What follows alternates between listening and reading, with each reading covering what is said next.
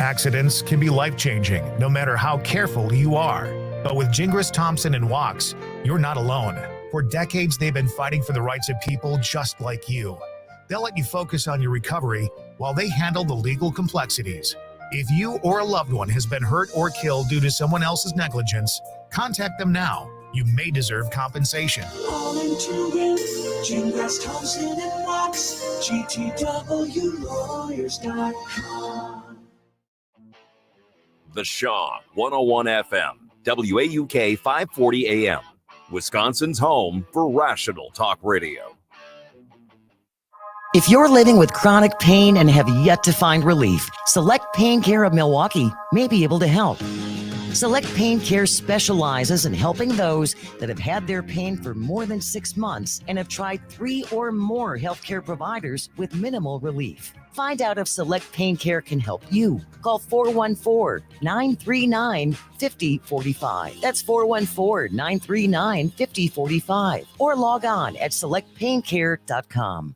One call can do it all. Your business's message can be broadcast across the entire state of Wisconsin through the Civic Media network of stations, or we can focus the campaign in your hometown. We have the flexibility. You have the control. Civic Media, 608-819-8255. I grew up hearing that women are bad with money, but I pay bills and take care of my family, so I'm pretty good with money. And now I'm taking control of my financial future by saving for retirement. Jumpstart your retirement savings at WeSaySaveIt.org. Brought to you by AARP and the Ad Council. News brought to you by Gingras, Thompson, and Wachs, your personal injury attorneys dedicated to helping you get the justice you deserve. GTWlawyers.com.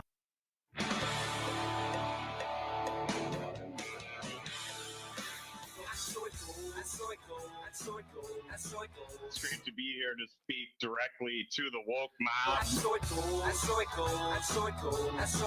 The liberals have basically made up this whole agenda that guacamole is made of avocados. It's not the truth. Ticked off, tee off. This is it. Scubbity boo boo. Scubbity doo. Moving Wisconsin forward, one joke at a time. This is Kristen Bry with As Goes Wisconsin. Yada, yada, yada. Hello, Wisconsin! Breaking news. Tucker Carlson is leaving Fox. So my question to you is, who should leave next? Why stop? Why stop there? Why? Yes. Why well, stop we'll the see. Tuckmeister? But this is so new that literally I was in the car driving to the studio and I got a text from you, Jane Madnair, saying whole expletive, can't say on the radio. Yep. Tucker Carlson, Fox. And I was like, I have no idea what you're talking about. And literally, I think this broke within the last 20 hour. minutes. Yeah. I'm looking at Washington Post right now saying Tucker Carlson is leaving Fox News. The bombastic host received the largest audience on the conservative network. And I haven't even necessarily had time. I'm sure as of right now, everything is speculation as to why, Right. who initiated it, what happens from here, who fills his hole, who fills his time slot, who draws an audience like he does, and is it a power play potentially by him to move on to another network? 844-967-2789. That's 844-96-PARTY. Tucker Carlson is leaving Fox News. Who do you think should leave next? Who do you think should leave next, Jane? I would love to see both Sean Hannity and Laura Ingraham get the boot. I don't know that blows up their entire night lineup. What is their night lineup? I've never just sat down and watched. My consumption of Fox News is clips that go viral when it's on at a nail salon or some public place. Right. But I've never just turned it on and I have no idea even what their nightly lineup is. And so is Laura's on every night, Sean's on every night, And Tucker's on every night. Yep. In what order? You don't know either. I'm not that big of a But they can't masochist. just blow up everything. Well, no, they can't. And that's why this may be a one-off. They'll have someone even worse. 844-967-2789. Tucker Carlson out at Fox. It's a parting of the ways. So who should be next? Texter from the 262 says the only problem with Tucker leaving is that everybody thought things would get better when Bill O'Reilly left, and it only got worse. They'll just find another talking head just as bad to take his place. It's also just an interesting because he had so much influence and so much power that he clearly just takes his show somewhere else. And he has so much influence and so much power that it's also, do you think this is Fox saying, I think we're good, man. We got to move. We got to part ways. Or is it him leaving for an opportunity? Well, it's interesting because during the Dominion case, the discovery portion of the case, when we found out some of the texts that Tucker had been sending to his producer about how much he hated Donald Trump, and I wonder if he just didn't want to have to face going back to being such a big cheerleader. Yet at the same time, even after those were released, he still did a sit down with him within the last couple of weeks. Yeah. And can any other network pay him what he's been making? Well, I sure don't think, Newsmax and OAN are doing okay, but they're certainly not a Fox. How's The Blaze doing? How's Glenn Beck's The Blaze doing? The Blaze. Or I guess like Daily Wire, which is Ben Shapiro and Charlie Kirk, right? So, I mean, there's plenty of other options out there as far as conservative media goes. I don't know if any of them are as profitable as Fox, but... Here's the lineup they have, too. Okay. Brett Baer is weeknights at 6, followed by Jesse Waters, Tucker Carlson, then Hannity, then Laura Ingraham. She wraps up the night. Wraps up the night. Well, and then Gutfeld, who thinks he's hilarious. Yeah, I mean, it's apparently his colleagues were stunned by the departure, which seems out of the blue. Wow, one producer wrote. Quote, we're just learning of this like everyone else. Total surprise on my end. Another stunned staffer told the Post, adding that colleagues were shocked as well. So, like I said, this only broke at like 11:40 this morning. And I don't know if there is much. There were certainly going to be a lot of pieces written about it, but I don't know if there's a lot of information about it at all.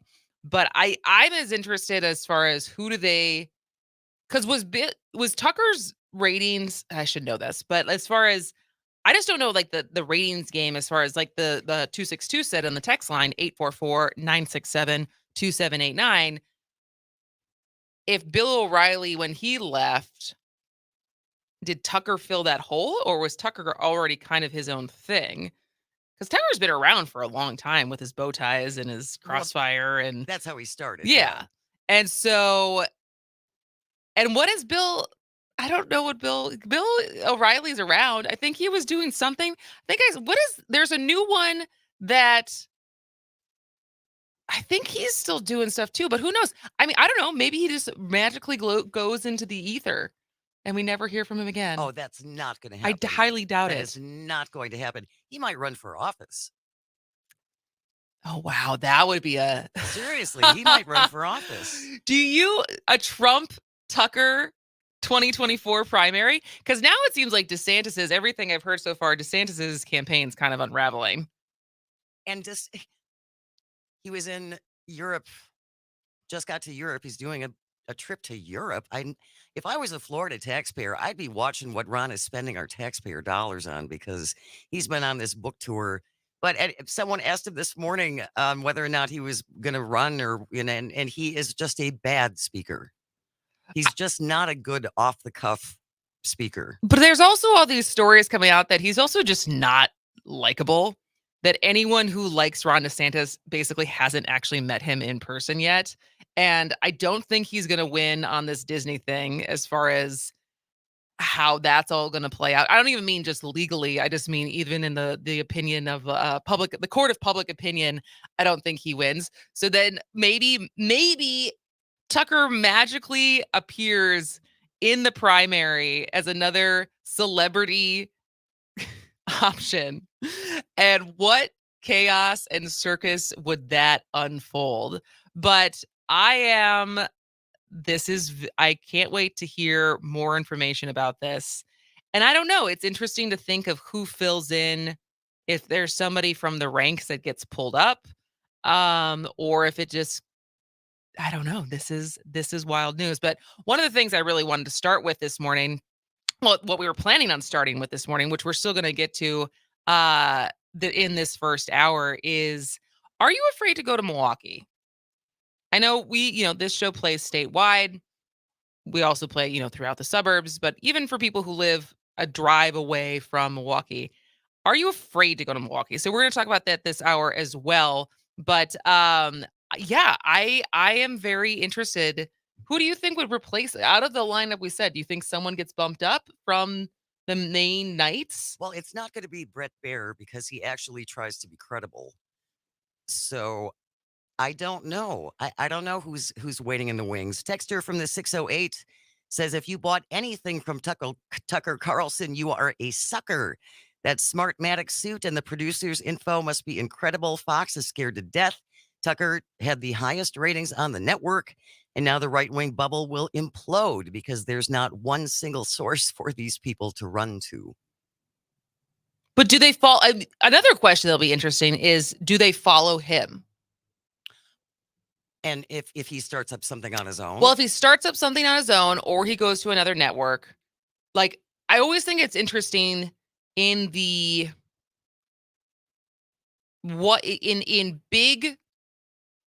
either it's cable networks, primetime networks, but do people watch because of the personality, or people watch just because of that's the channel that they watch? And so I think about it as far as, there was, whether it's TikTok or YouTube, sometimes there's these waves of Hollywood thinking if they cast these influencers who have a huge following, that inevitably the show that they get cast on will have good ratings, or the movie they star in will have good ratings, just because the audience will follow them. Right. And I wonder, with someone like Tucker, which is the bigger draw? Is it the fact that he was on Fox? And so if he leaves Fox, does whoever just fills that hole still hold that audience? Or does that audience leave and follow him to wherever he lands? 844-967-2789. Tucker Carlson out at Fox. Who should leave next? I still think that the chance that he might run for office is a very real possibility. Do you think he'd be good at running? Do you think he'd be good at campaigning? I do. Actually, he's a performer. He is a performer. It's interesting because one of the things I was listening to, going back to the Ron DeSantis thing, is as far as him just not being a very likable guy. And in comparison to Trump, say what you will about him, he's very good at schmoozing. Like, he sends follow-up thank you notes. He is supposedly very charming in person in the way that he is good at that thing that makes you feel like you're the most important person in the room. Sure. When you're talking to him. Sure. And he is endearing, and it's networking and relationships, right? And versus kind of more and more reports of like, that is not who Ron DeSantis is. And I wonder with someone like Tucker Carlson, who is such a performer, because often, as you probably know this more than anyone, a lot of people who are on the mic, whether it's probably on TV or on the radio, their actual personality isn't their personality on air. Not entirely. I would say mine is. Yeah, you're very, you're very authentic. Yeah, so like I would say mine is, but for other people in Wisconsin media landscape, I have heard there are some of these folks who are on air every day in real life, very introverted, would not be good at campaigning. So it's interesting to think of, what is Tucker like in real life? All right, well, if you have thoughts on who should leave next from Fox, now that Tucker is on his way out, 844-967-2789. And also, our next topic after this one, are you afraid to go to Milwaukee? And if so, why? 844-967-2789. Stay with us on this Monday morning on As Goes Wisconsin.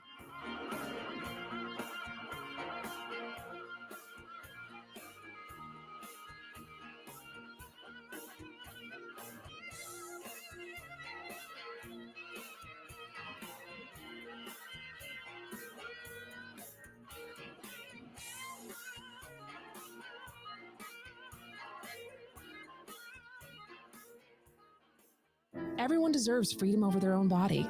Everyone deserves the right to choose. Everyone deserves access to quality, affordable healthcare without judgment. And everyone deserves a healthcare provider who stands firm on these beliefs. This is the Planned Parenthood experience at any one of our 22 health centers across Wisconsin that offer reproductive health care services for everyone. Book your appointment today at ppwi.org. That's ppwi.org and get the care you deserve, because we will provide that care no matter what. Todos merecen la libertad sobre su propio cuerpo. Todo el mundo merece el derecho a elegir. Todos merecen acceso a una atención médica económica y de calidad sin juicios. Y todos merecen un proveedor de atención médica que se mantenga firme en estas creencias. Esta es la experiencia de Planned Parenthood en cualquiera de nuestros 22 centros de salud en Wisconsin, que ofrecen servicios de salud reproductiva para todos. Haz una cita hoy en ppwi.org y obtenga la atención que se merece, porque nosotros le brindaremos esa atención, pase lo que pase. This is Pat Greitlow from Up North News Radio. On the air, online, or on demand, make it a point to catch the first word on Wisconsin news, sports, and more weekday mornings from 6 to 8 all across the stations of the Civic Media Radio Network. Missed your favorite show live on air? It's easy to find what you enjoy wherever you listen to podcasts, including Spotify, Apple, and Google Podcasts. And we're always streaming on TuneIn and the Civic Media app. Here's your updated forecast on the Shaw. Cloudy skies expected this afternoon with daytime highs approaching 48. Westerly winds 8 to 15 miles an hour. Overcast skies tonight, chance for mixed precipitation. Lows level off around 36. Cloudy skies tomorrow, chance for mixed precipitation. Daytime highs approaching 46. A dusting of snow tonight. For Civic Media, I'm meteorologist Eric Height. Currently, it's 43 degrees. A progressive voice for rural Wisconsin. WAUK 540 AM. Always streaming at WAUKradio.com.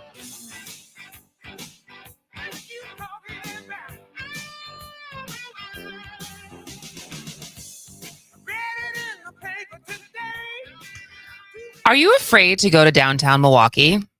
844-967-2789.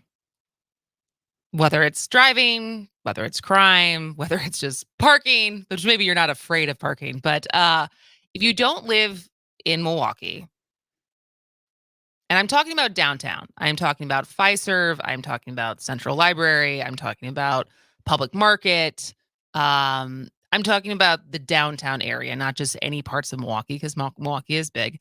Are you afraid to go to downtown Milwaukee? 844-967-2789. And I'm asking, I'm obviously not. I live in Milwaukee. You live downtown. I live close to downtown. I live, like probably 2 miles from the heart of downtown.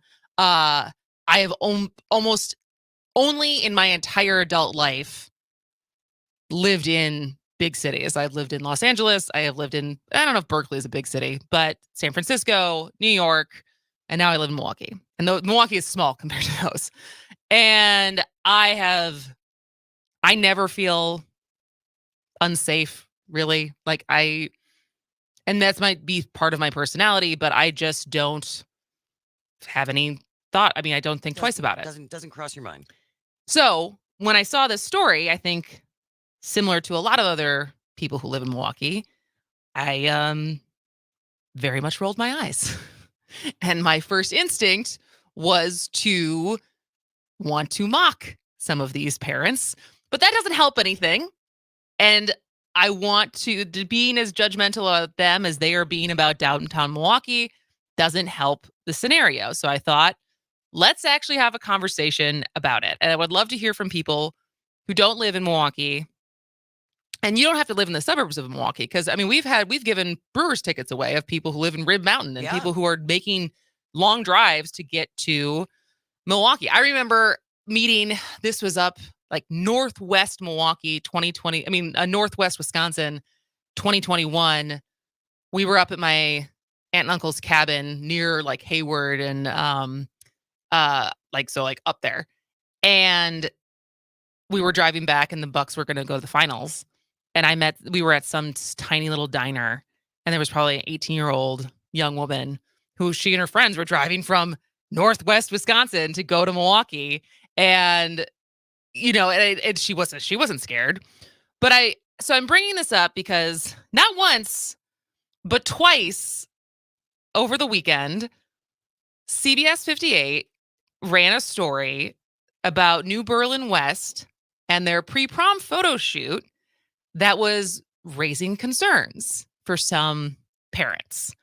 So New Berlin, Milwaukee suburb, and they were taking their pre-prom. And it was funny because we were downtown this weekend and we saw people walking around Wisconsin Ave with their prom photos on, or their prom dresses on. I was like, where is prom downtown? Is prom at like the Wisconsin Center? What's happening right now? But this was probably because they were taking their pictures at the Central Library. Which is a beautiful building. Which is beautiful.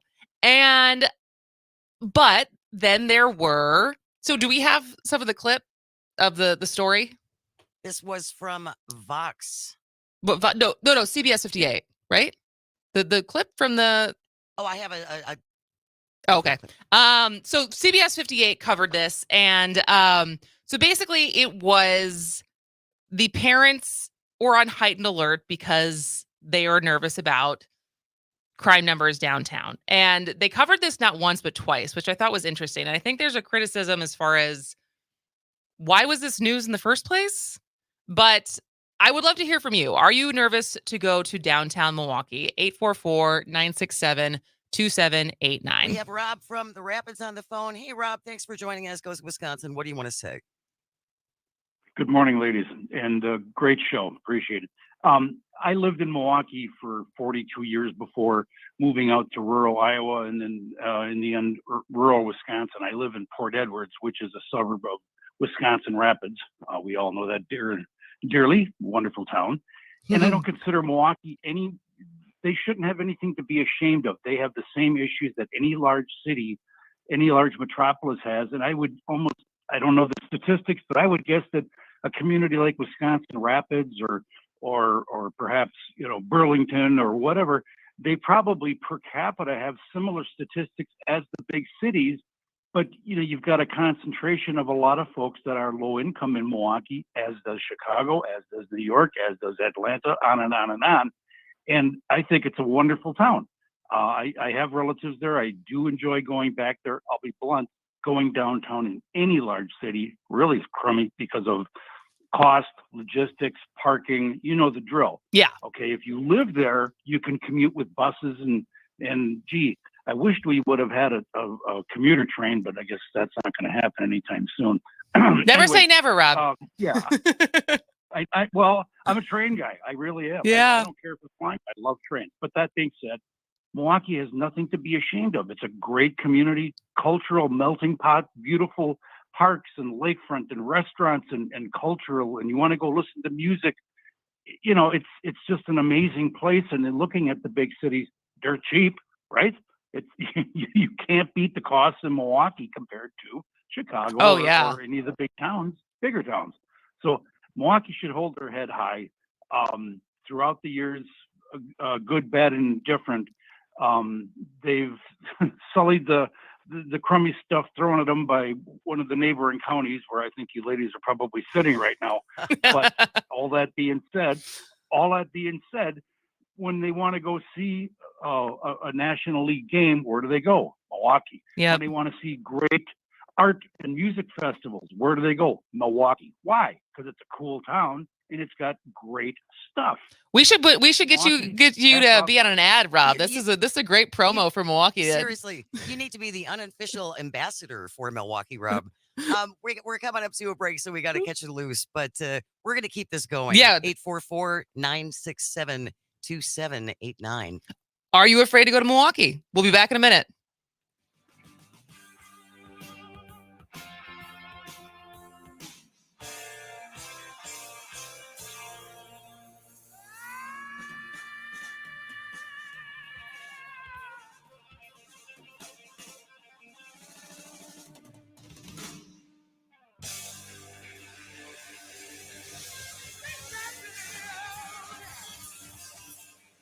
The Shaw 101 FM, Franklin's choice for news talk radio.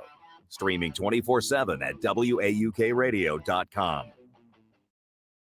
CBS News Brief. The U.S. has a message for Americans still in Sudan. We're advising all Americans, those who didn't take the warning to get out, to shelter in place, to stay safe. This is not the time to be moving around the city. The National Security Council spokesman John Kirby on CBS Mornings. U.S. diplomatic staffers were evacuated over the weekend.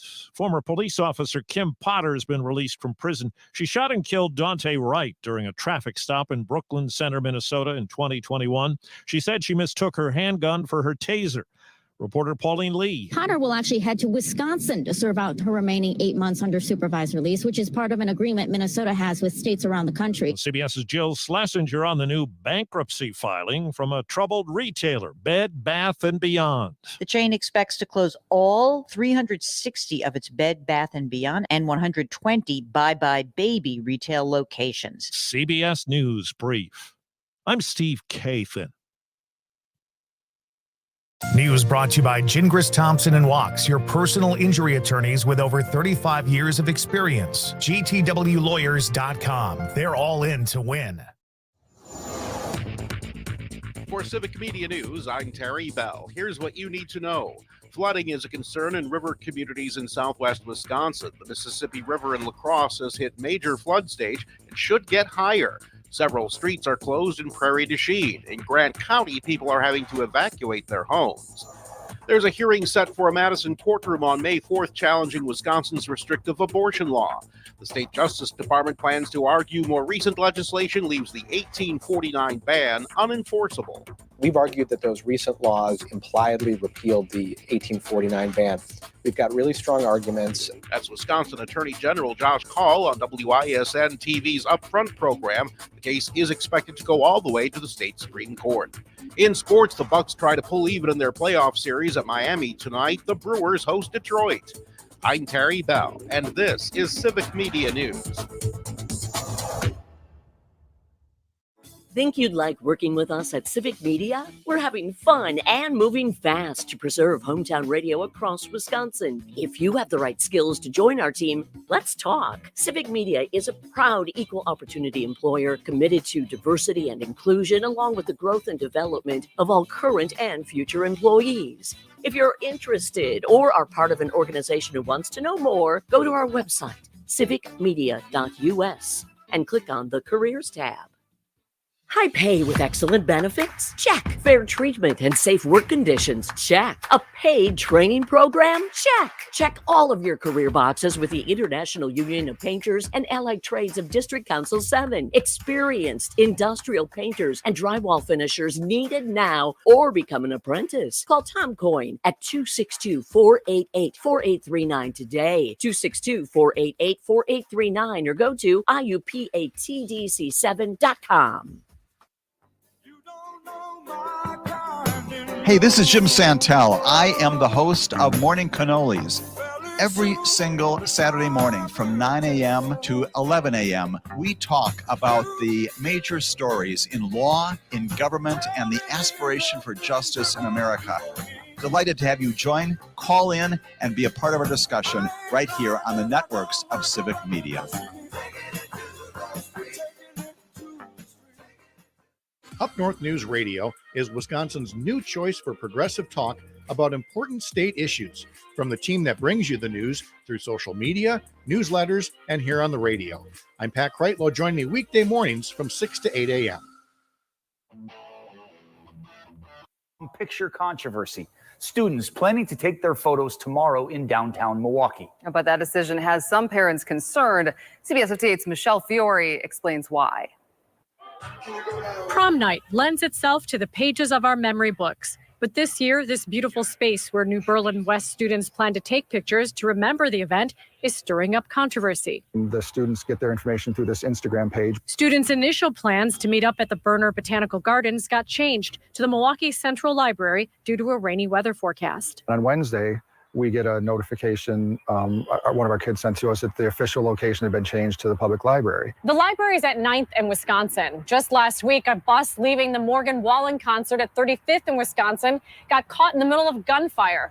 elevating parents' concerns. And these kids, again, they're not going to be magically dropped on a carpet down in front of the library. They're going to need to drive. Some of them are going to probably get off on 35th Street, go right down Wisconsin Avenue. And these are high crime areas. The bus shooting happened at night, but last month a man was shot around. Are you afraid to go to downtown Milwaukee? Are you afraid for your kids to go down to downtown Milwaukee? 844-967-2789. That was a clip from one of two times that CBS 58 aired this story. And I have a little bit of criticism that this was a story at all in the first place, that got not once but twice aired on as like news for the weekend. And maybe it was because, oh, there was actually no crime this weekend to cover, so let's cover this story instead. Especially because I think CBS 58, someone wrote this to me on Twitter, because I posted this as a poll on Twitter this morning, of they have an ad, I think, running as far as that they try to cover like the uplifting stories of the city and not crime as much.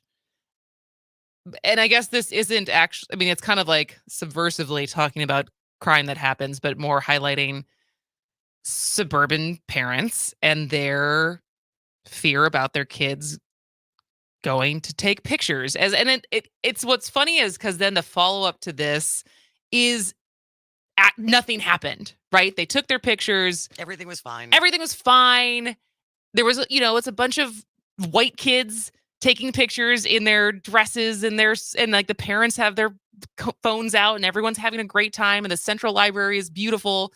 And the thing that was so funny is because I think it was in the other coverage, one of the, like, there's like three girls that are like 17 and they're so excited for prom. They're like, and we're going on a party bus. And I was like, if being a former teenager, you should be way more worried about what's going to happen on that party bus than what happened at Central Library.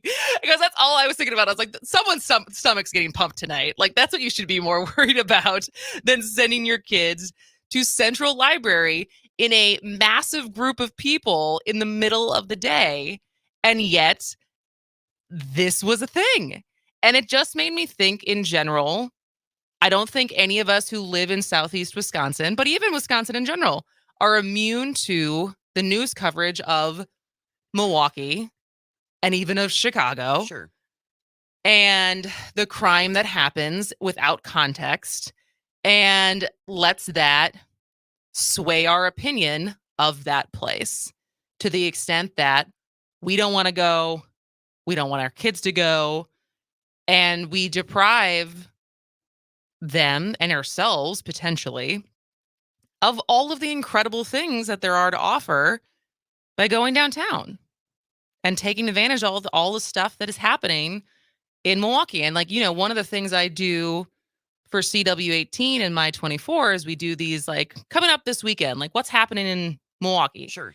And I try to find things for like a community calendar that's in Waukesha and Brookfield and around. But like ultimately, when you look up things to do on a weekend, most of it's in Milwaukee. Yeah. There's a lot happening all the time because and that's just the nature of being in a city. And so I'm asking people, if you don't live in Milwaukee, how do you feel about going to Milwaukee? 844-967-2789. Got a text from the 608. I grew up on a res not far from Lake Superior, but I've been in the Free Republic of Madison for the last couple of decades. Honestly, I'm more on high alert anywhere in rural Wisconsin than I am in places like Milwaukee or Chicago. And I've heard that. I've heard that certainly from people of color, Black people who are like, I don't necessarily feel safe going to other parts of Wisconsin and like leaving Milwaukee. And, and I thought about that this weekend. We had of Ralph Jarl, who's home now. It was the young boy who got shot last weekend because he was at the wrong house. To pick up his brothers. And I thought about that this weekend because yesterday we had family over and the door knocked. And, this is the 2023. We rarely have people knock on the door. We're not expecting, right? It's unusual. And I was like, who's going to that could be? And I opened the door and it was probably 12. I mean, they're cousins. Let's say 12 and 10 or 13 and 11. And two young Black boys, and they were asking for work. basically. And I guess Mike had said that they had come by when it snowed before, asking if they could help shovel, but there was someone else that was already helping. But they were just asking for $10 and if there was anything they could do to work, like to help around the house. And we also had left, my mom had left, and so we left the garage door open, and they immediately like, and like, your garage door's open. We didn't take anything, but we just wanted to knock and tell you that it was open. And so I gave them $7. I was like, come back this summer when we have yard work. But I thought about that in that simple instance that strangers knocking on the door, and it could have been as like for like what had happened to that young man. And like for us, we don't think twice about it as far as we don't, I would never answer the door with a gun, but the danger that can be flipped for people that we never think, like we as white people don't necessarily think about, but that's also not what's covered as much. So 844-967-2789. How do you feel about going to downtown Milwaukee? From the 414, I grew up in Milwaukee. I went to school in Milwaukee. I went to college in Milwaukee. When I shop in the suburbs, I see panhandling and kids hanging around just as in Milwaukee. I feel for years there's been a concerted effort from Madison to starve Milwaukee and highlight its problems without giving it the tools it's needed to function today. Wisconsin needs a healthy Milwaukee, just like a healthy and safe Milwaukee is good for Wisconsin. I have no problems going to the city. Nice. And then on the Facebook Live, which you can always watch on Facebook, YouTube, Twitter, if you want to see us instead of just hear us, Joseph McClear says, I'm afraid to go to Milwaukee, honestly, but just because it has the worst drivers in America, everything else about it is great. Hashtag Bucks and Six. And Joe, I can't disagree with that. And my husband and I were talking this weekend. There's a restaurant in Shorewood that I really love. Which one? The Three Lions. Oh, yeah, the pub. Yeah, the pub. Yeah. Very, very English pub with wonderful food and lots of soccer on the TVs. And I said, I'd love to go there sometime. I won't drive down Capitol Drive anymore. Yeah. Because it's a death trip. It is. And I drove it for 7 years when I worked down there, and I worked on 7th and Capitol. And I know I've said this before, but I would almost get killed about 3 times a week from the reckless driving. Yeah. And that to me is tragic. But it exists. And I think that's real. And I think that is, we've talked about this. Milwaukee's bad. The whole state is bad as far as driving numbers and driving deaths has been increasing across the board. And this is also nationally. Yes. And cars are dangerous. How we've designed our roads are not pedestrian first at all. And especially some of the major thoroughfares in Milwaukee are basically racetracks of how wide they are, how fast you can go on them, how big the intersections are. And so I think the combination of, hopefully, knock on wood, the bills that were recently passed in Madison as far as upping the ante with reckless driving ramifications, but also money to redesign the streets and do more stuff for actually changing people's behaviors, because there's blockades and roundabouts and stuff like that. But I think that's different. And not that that's not a reason to be fearful of going downtown. It was interesting. And it's also the same thing Rob said, our first caller, of, I understand the hassle for some people of getting downtown, but that's thinking it's annoying or chaotic is different than being scared. Without a doubt. And I think that was the crux of what this story was these parents who live so close to a great city being fearful and apprehensive about their kids even going downtown to take pictures in the middle of the day. And it was interesting because a couple weeks ago, this was at the beginning of April, so beginning of this month, I had read this in Vox and the title was "Why Fear of Crime More Than Crime Itself is Holding Back America's Downtowns." And I'll link it to today's show notes, which you can always find on asgoeswisconsin.com/listen. And it's talking to a woman named Hannah Love, who's the senior research associate at Brookings Institution, which is a think tank. And they didn't look at Milwaukee. They looked at Philadelphia, New York, Seattle, and Chicago.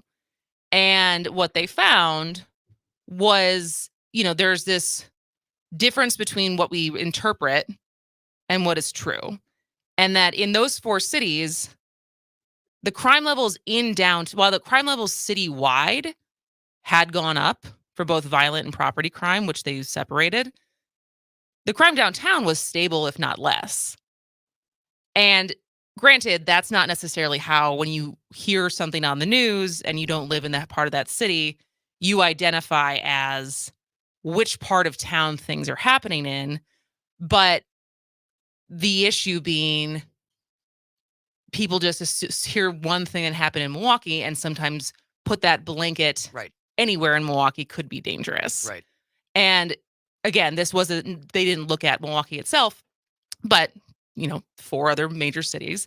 And part of the problem is that it's like a catch-22 of part of the things that will continue to make downtown safer is more people in them, is more hustle and bustle, is more foot traffic, but like, if people are afraid to go downtown, how do you get that? Right. And so as we have less and less people necessarily working and like going back to downtown offices, it becomes like, what are the policy and strategies to try to attract people to be there when there is this fear about going there? Yeah. And it's perception, not necessarily reality, right? Yeah. And that false perception, at least for some, I believe, is being pushed intentionally. Through media? Through some media and through some politicians as well. Well, there's certainly some media I know of that wants to talk about Milwaukee and what a S-hole it is. But I am here to tell you, if you are someone who is not called in because you are afraid to go to Milwaukee, I would like to tell you, come down. It's a great city. And it's, especially now that we're getting into the summer, like, there's no place I'd rather be in the summer than Milwaukee. 844-967-2789. You can call or text that same number. We have Ken from Sturgeon Bay joining us. Hi, Ken. What do you want to say? Hi. Yeah, about a week ago, limousine service up in this neck of the woods got shot. Its window shot out. And the police report, the cop had said, just be advised what streets you go on and what time you do travel. He didn't say it was all bad, but he just be aware of where you're at. And he advised probably not such a good idea in some neighborhoods at night. So wait, was this in Sturgeon Bay or in Milwaukee? In Milwaukee, coming home from the concert. From the Morgan, the country concert? Yeah. The windows in the limousine got shot out on some crossfire. Yep. But he says it's pretty common, so you just got to watch, and there's nothing, what you can't really, you can investigate it so much, but there's not really much to go on. There's not much they can do either, but yeah, he just said be aware of surroundings and plan accordingly, I guess. So yeah, I appreciate that, Rob. Thank you. Thanks, Ken. Yes, thanks, Ken. We got to go to another break, but I know we have a couple more calls coming through. And so how do you feel about going to downtown Milwaukee? 844-967-2789. We'll be back right after the break.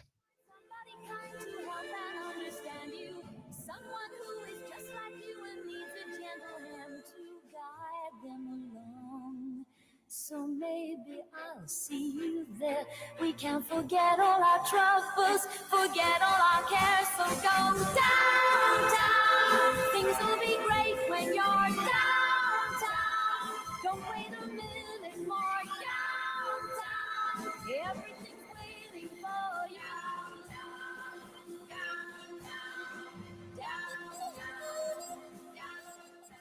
Direct from the Dairy State, it's Extra Sharp Weekends, a 3-hour block of Wisconsin-produced radio, Saturdays and Sundays from 11 a.m. till 2 p.m., featuring Raised in Wisco with Joe Clayfish and Danielle Fairman, The Krebscast with Charlie Behrens, and Under the Helmet with the Gravedigger, Gilbert Brown. Enjoyed by the slice or enjoy the whole darn block. Extra Sharp Weekends is radio so fresh, it squeaks. Listen in on the Civic Media Station or on the app. Max Inc. Radio with Dennis Graham from Rockonson. Appreciate all the support of Mad Radio 92.7. By the way, a tip of the hat to Civic Media. That was a great article in the Cap Times by Paul Fanlin. You guys got a great model that you're growing around the state, local interest with radio stations throughout these different markets, and a tip of the hat, and you're focusing on local music and nobody's doing it. So great job. Listen to Max Inc. Radio Saturday night, 6 to midnight on the Civic Media Radio Network. Life had a remote control. You could pause or rewind. Well, life doesn't always give you time to change the outcome, but prediabetes does. Take the 1-minute risk test today at doihaveprediabetes.org. Brought to you by the Ad Council and its prediabetes awareness partners. I love this song! I love nachos. Loving everything? You might be buzzed. You know what I'd love? A ride when it's time to head out. If you see a buzzed warning sign, call for a ride when it's time to go home. Buzz driving is drunk driving. A message from NHTSA and the Ad Council. Here's your updated forecast on the Shaw. High temperatures reach up to 48 this afternoon under cloudy skies, westerly winds 8 to 15 miles an hour. Cloudy skies expected tonight. Mixed precipitation possible at times. Lows level off around 36. Mixed precipitation possible at times tomorrow. Highs around 46. Cloudy. A dusting of snow tonight. For Civic Media, I'm meteorologist Eric Height. Currently, it's 43 degrees. Bringing some sanity to the airwaves. The Shaw 101 FM, WAUK 540 AM.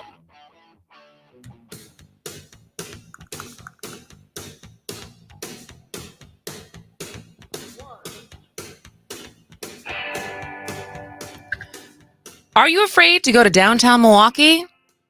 Do you feel fine about going to downtown Milwaukee? 844-967-2789. We're talking about this because CBS 58 had a story over the weekend about some concerned parents and the controversial decision to have pre-prom photos taken at Central Library for the New Berlin West kids.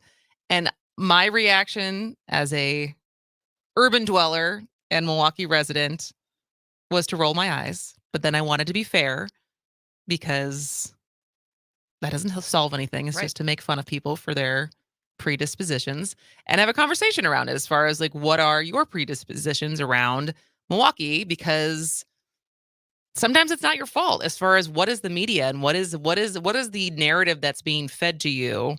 Because I thought about this weekend. I talked to one of my college girlfriends yesterday who dropped the bomb on me that her family is moving. She, her husband, and her 2 very small children are moving from Houston, Texas, because he works in oil, to Rio de Janeiro. Oh, wow. And I'll tell you, I have never been to Rio. And some of the things that I know about it is that it's awesome and that it's dangerous. Yep. That's a good point. But she's not scared. They're visiting. They're going and taking 2 weeks, like to go look at schools, look at where they're going to live and all this stuff. And like they are marching forward. And so it's like, I get what you hear about a place without having actually spent time there. You're subject to what you hear about it. And so wanting to actually have this discussion. So I think we have Eric on from Tosa. Eric, thanks for joining Esco's Wisconsin. What do you want to say? Yeah, hi. I was born and raised mostly in cities.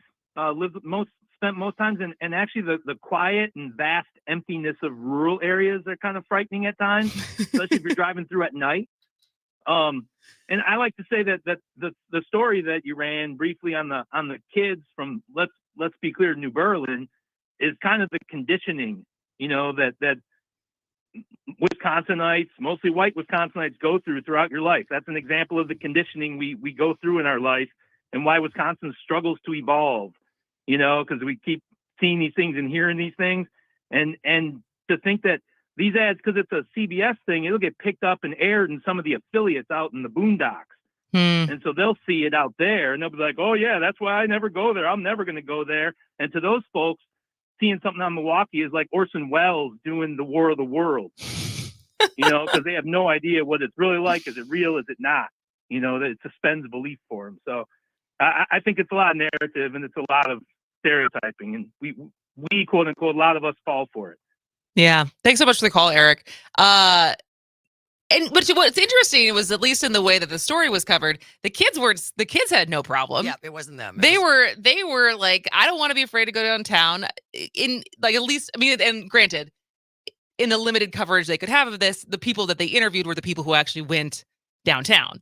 And so maybe there were some kids who decided not to go. Maybe it was like they also couldn't get a ride down there. Right. Because then the actual prom was at the Brookfield Convention Center over by the mall that's over there. And so to go downtown, then to Brookfield, but you live in New Berlin, like that's a lot of driving in a day potentially. And so other concerns of why you wouldn't want to go down there is one thing, but just to be afraid, I feel like that's something that we should work on as far as debunking that and everyone would benefit. I feel like if we would debunk that, as far as people who live in the suburbs and them feeling more confident and realizing it's not big and scary.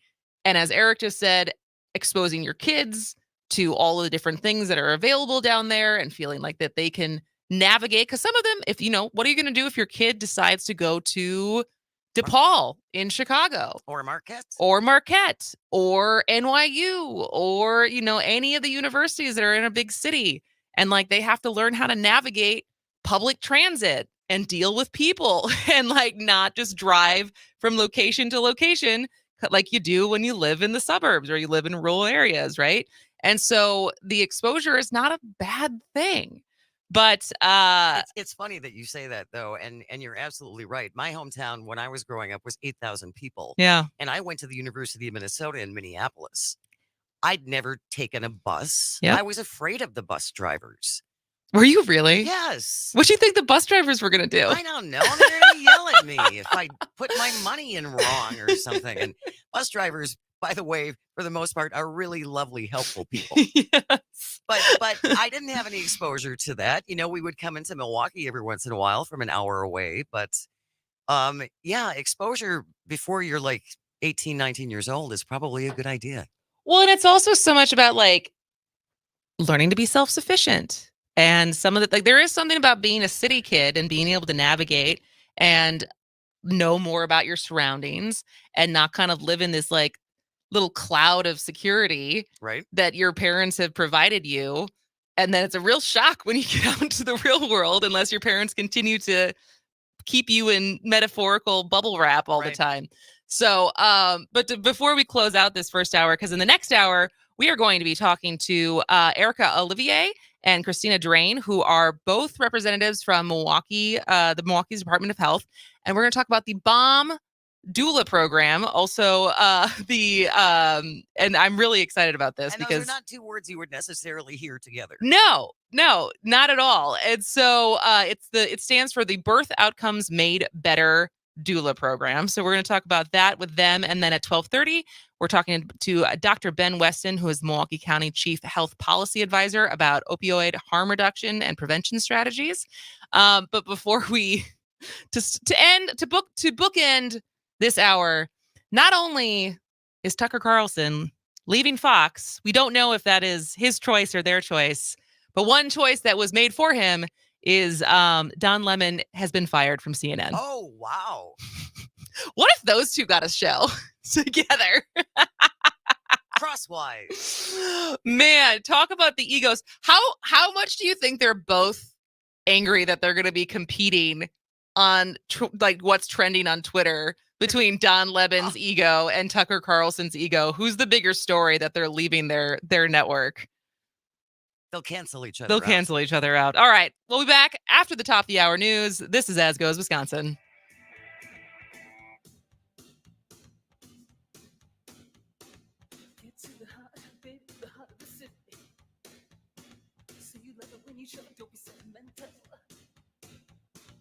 Move to the heart, baby, the heart of the city.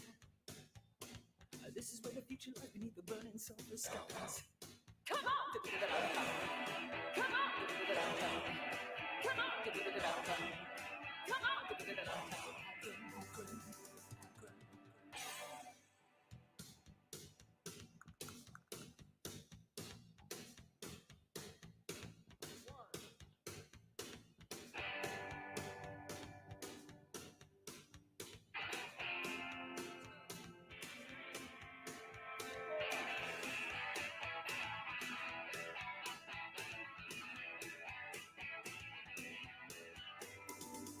Get to the heart of the city. Meet me in a firefighter, let's do boys and candlelight. Get to the heart of the city. The things popping, cracking, moving, we get up the kicking floor. Come on, give it that out. Come on, give it that out. Come on, give it that out. Everyone deserves freedom over their own body. Everyone deserves the right to choose. Everyone deserves access to quality, affordable healthcare without judgment. And everyone deserves a healthcare provider who stands firm on these beliefs. This is the Planned Parenthood experience at any one of our 22 health centers across Wisconsin that offer reproductive healthcare services for everyone. Book your appointment today at ppwi.org. That's ppwi.org and get the care you deserve, because we will provide that care no matter what. Todos merecen la libertad sobre su propio cuerpo. Todo el mundo merece el derecho a elegir. Todos merecen acceso a una atención médica económica y de calidad sin juicios. Y todos merecen un proveedor de atención médica que se mantenga firme en estas creencias. Esta es la experiencia de Planned Parenthood en cualquiera de nuestros 22 centros de salud en Wisconsin, que ofrecen servicios de salud reproductiva para todos. Haz una cita hoy en ppwi.org y obtenga la atención que se merece, porque nosotros le brindaremos esa atención. Pase lo que You are listening to WAUK 540 AM Jackson, W266 DR Waukesha, always streaming on the Civic Media app. This is CBS News on the Hour, sponsored by Steel. I'm Steve Kathan. Word just out from Fox News. The company is parting ways with one of its top primetime stars. Good evening and welcome to Tucker Carlson Tonight. Sometimes you wonder just how filthy and dishonest our news media are. The blockbuster announcement about Tucker Carlson comes on the heels of the recent Fox settlement with Dominion Voting Systems. It was revealed Carlson privately took issue with some guests who backed the false claim of 2020 election rigging. Now to Pittsburgh, where a federal trial is underway for the man charged in the attack on a synagogue 4.5 years ago. KDKA TV's Brianna Smith. The accused shooter is charged in a 63-count federal indictment for allegedly opening fire inside the synagogue and killing 11 worshipers and injuring several others. He pleaded not guilty, and the government is seeking the death penalty in this case. Well, CBS's Cammie McCormick has the latest on Americans who are still in war-torn Sudan. Some Americans have been airlifted out. Some are traveling by land and overwatched by U.S. military drones. We're going to do everything we can to help guide people, get them the information they need to get out safely. But it is not safe right now for another evacuation attempt. That would actually put Americans in more danger, not less. The National Security Council's John Kirby told CBS Mornings that assistance will still be nearby. We're looking at putting naval assets in the Red Sea near Port Sudan to help with any evacuation or assistance that American citizens might need. Most of the Americans still in Sudan, he says, are dual nationals. Yet another apparent instance of people going to the wrong home and facing gunfire, this time outside Fort Lauderdale. Hi, Christina. Hi. How you doing? I'm good. How are you? I'm good. Thanks for joining. This is going to be fun. No problem. Thank you for having me. It's exciting. And then is Erica coming as well, or is it just you? No, she should be coming. Great. Perfect. So it's pretty straightforward as far as just talking about the program and then talking about kind of the larger problem in general that we've talked about a fair amount on this show is just maternal mortality rates, how it's significantly worse for Black women, how doulas help. So I'm sure all these questions are stuff that you've answered before. So pretty straightforward. But we come back at 12:06, and then the first break is at 12:18. We'll have 2 minutes, and then we'll come back for another 8 minutes, and then let you guys go at 12:28. Okay, sounds good. Perfect. Do we get a copy of this at all? Like, is there? I can send it to you. Yeah. So we post it as a podcast. It's also on YouTube Live. So we can have the video of it, we can have just the audio of it, and so we can share it with you guys once it's live later today, or once it's posted later today. Okay, sounds good. Awesome. I'm gonna text Erica. There are over 10,000 reasons why steel is not sold at Lowe's or the Home Depot. There are over 10,000 authorized local steel dealers. Find yours at steelusa.com. Lowe's and Home Depot. News brought to you by Gingras, Thompson & Walks, your personal injury attorneys dedicated to helping you get the justice you deserve. GTWlawyers.com. They're all in to win.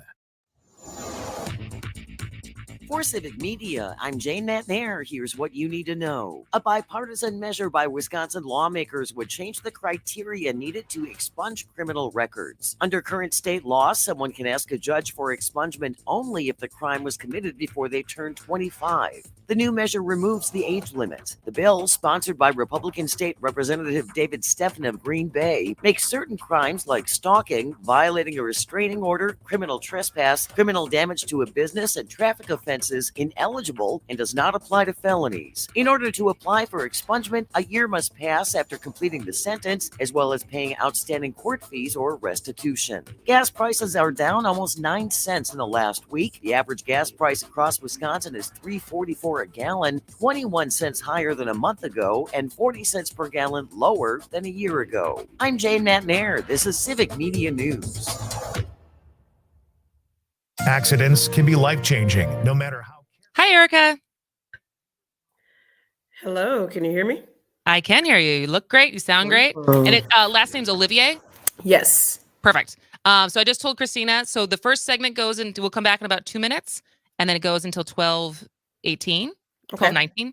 You'll be able to see me too. I just have this picture up because it's the commercial. And then we'll have a 2-minute break, and then we'll come back after the commercial. But pretty straightforward as far as just answering questions about the program, doulas in general, maternal mortality in general, probably all questions that you both are very used to answering. Okay, sounds good. All right, great. If you're living with chronic pain and have yet to find relief, Select Pain Care of Milwaukee may be able to help. Select Pain Care specializes in helping those that have had their pain for more than 6 months and have tried 3 or more healthcare providers with minimal relief. Find out if Select Pain Care can help you. Call 414-939-5045. That's 414-939-5045. Or log on at selectpaincare.com. The Devil's Advocates, because freedom. But Dom, we've been following a couple of big stories this week. Truck convoy leader has no idea where he is and is driving in circles around I-495. He didn't know precisely where he was going anyways or where he was at the time. Apparently, he put the convoy back on the road, headed back up north, and he's back in Scranton. So I totally would have protested this tyranny, but damn, the traffic was so bad. Follow the Devil's Advocates on Facebook and Twitter. The Shaw 101 FM, Brookfield's choice for news talk radio. Streaming 24/7 at WAUK Radio.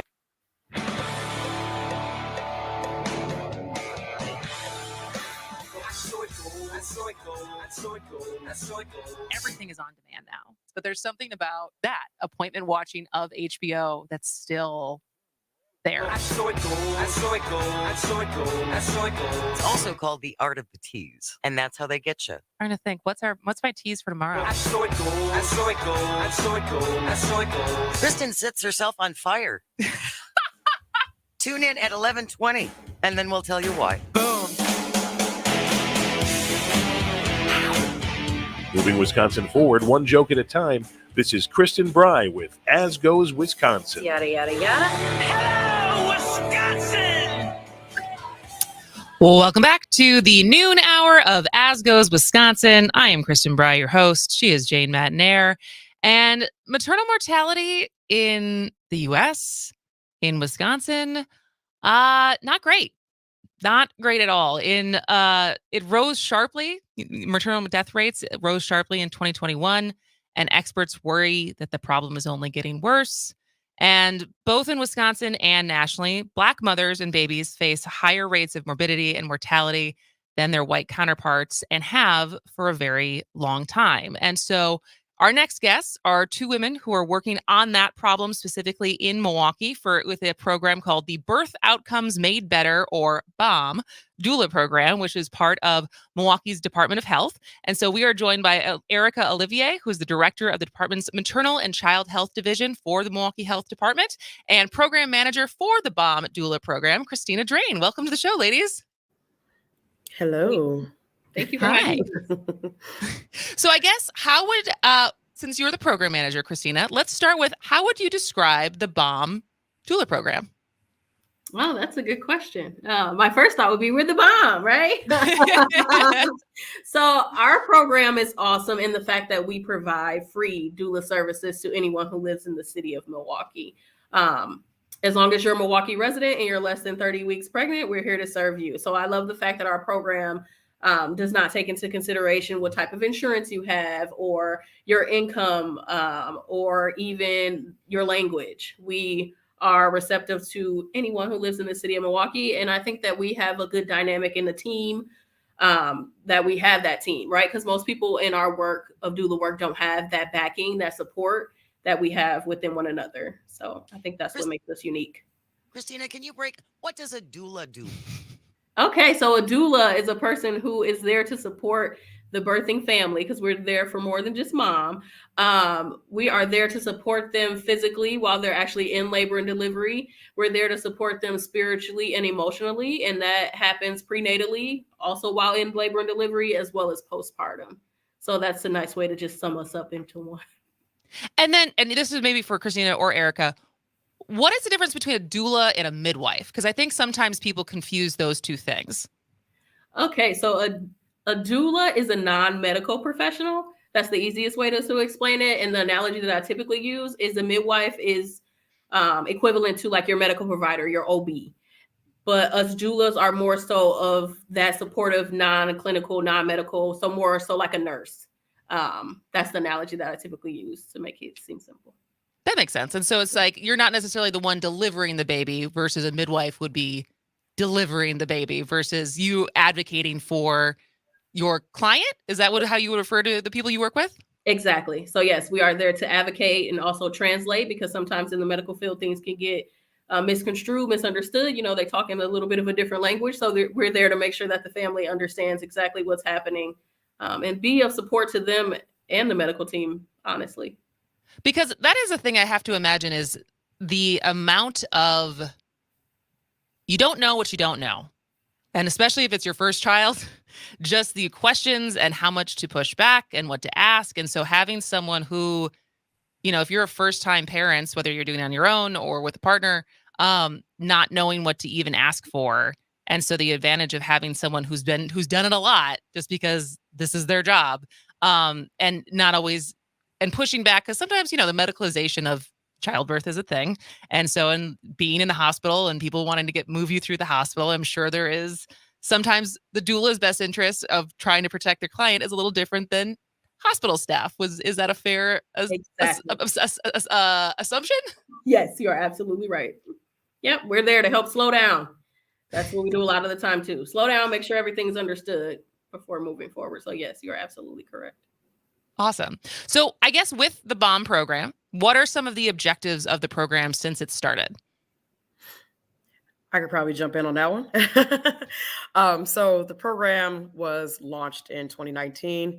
And to be very abundantly clear, it stemmed out of the fact that we declared racism a public health crisis in Milwaukee. Yep.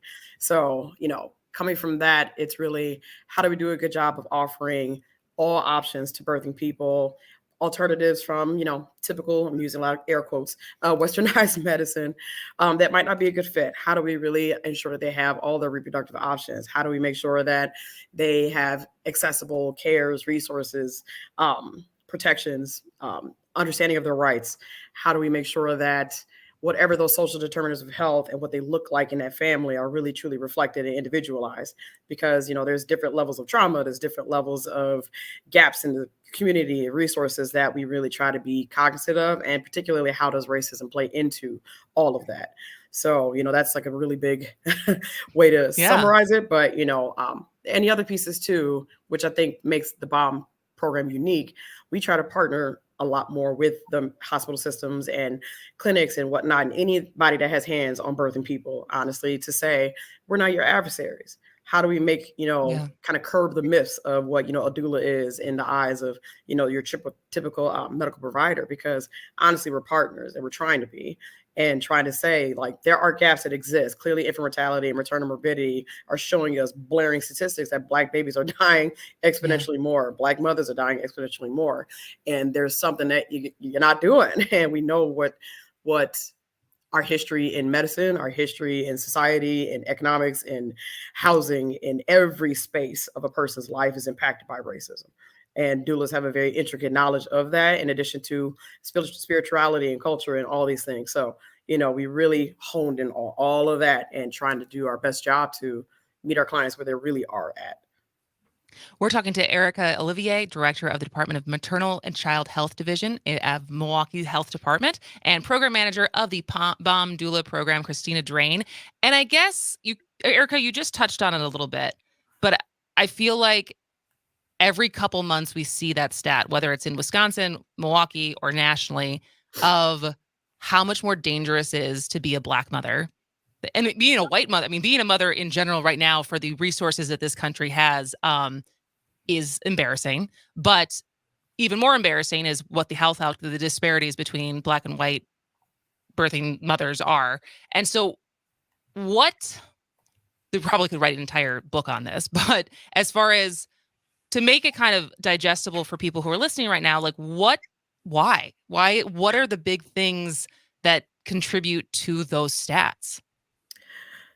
So the big continuous juggernaut, unfortunately, is racism in our country. When we look at the history of Milwaukee specifically, just decisions that were made from government and legislation and policy had literally intentionally segregated Black people out of access to safe housing, safe foods, healthy foods, medical providers. We were experimented on in the eyes of gynecology, and like that mapped the roadmap of medical practice, like thinking of like really how deeply rooted this is in our, city, county, state, and country. It's really hard to unravel a lot of that. And I feel like there's so much more attention to it now, which is great. But we got a lot of work to do because there's like the implicit and explicit situations that still continue on. And it's starting there of being honest, of saying, okay, where can we reevaluate? Where can we pivot? We need to just comb everything through with a fine-tooth comb, and like from policy, beliefs, values, structure, funding, like everything in the systems to really put a dent in this, because otherwise we'll be spinning our wheels. And I think, with birth work, they're amazing and important and crucial in this space. And I know that it's not going to be like a gap filler per se, but it is a gap filler right now, more so than like a naturally integrated part of the medical system. And it's sad, where I'm like, it shouldn't have to be that way. We shouldn't have to be in these spaces to save Black lives, versus this is a form of, birth work and resource to families and birthing people.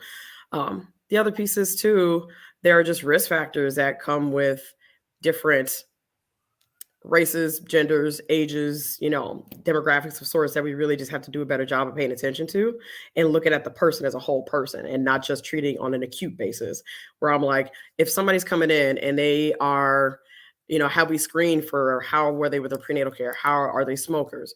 Are they exposed to, social stressors? We know domestic violence, mental health, substance abuse.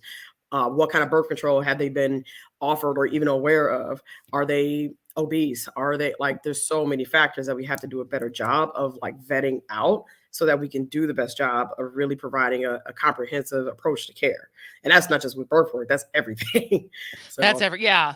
Well, I think about it, just how behind the ball medicine is, like for how long medical studies were only done on men, and how far behind we are with like women's medicine, because they were just like, oh, why would we include women in any of these studies? Why are they're the same, aren't why they? would we? Shockingly, like we all have hearts. Yeah, I know. It's astonishing. Yeah, it's astonishing. And so, well, we only have 2 minutes, so I want to quickly touch.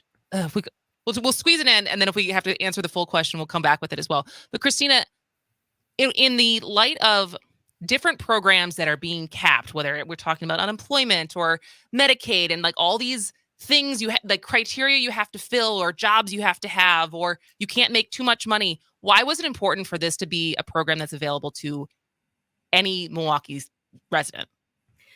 I think that is really important. Just thinking of the middle class, right? Like statistically shown that Black women who go through these morbidity or mortality situations, their average income is $123,000 a year. So it has nothing to do with the fact that you are poor or that you are considered high, you know, like the 1% is the fact that you're Black. So I think that that's great that we take that into consideration. It's just to help everybody so that we're reaching anyone that we can reach and we're not leaving anyone out. That's actually probably something that a lot of people would find surprising, that it's not a class thing. It is very much is a race thing right now. All right. Well, both Erica and Christina are going to be here when we come back. This is As Goes Wisconsin. Stay tuned.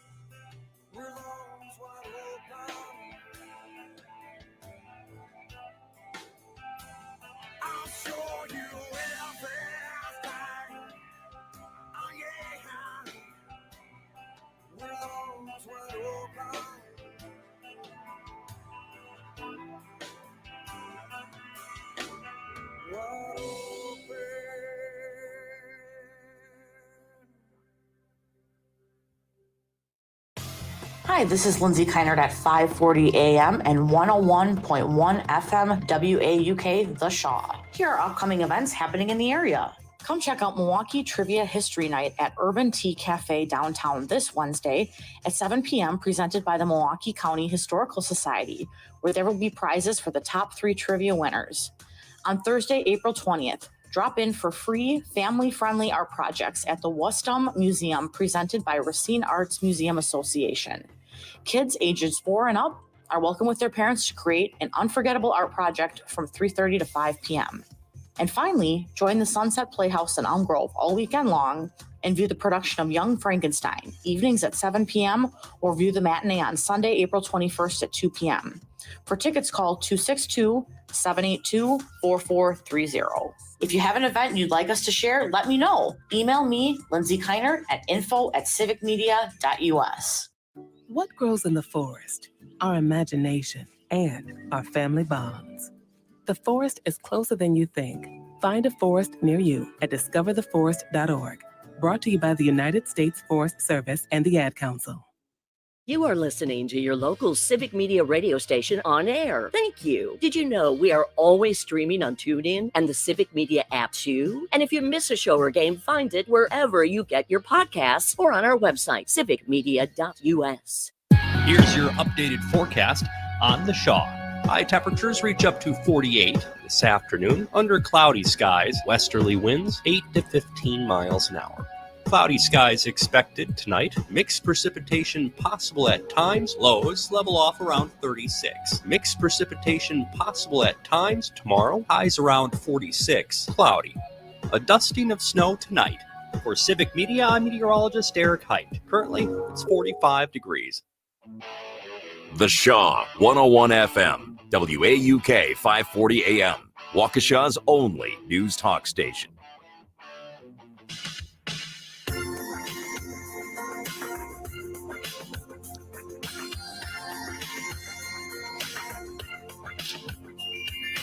Think of your fellow man, lending a helping hand. Welcome back to As Goes Wisconsin. I am Kristen Bry. She is Jane Madnair. And we are talking to Erica Olivier, who is the Deputy Commissioner of Community Health and supports the oversight of the Maternal and Child Health Division at Milwaukee's Department of Health, and Program Manager for the BOM Doula program, Christina Drain.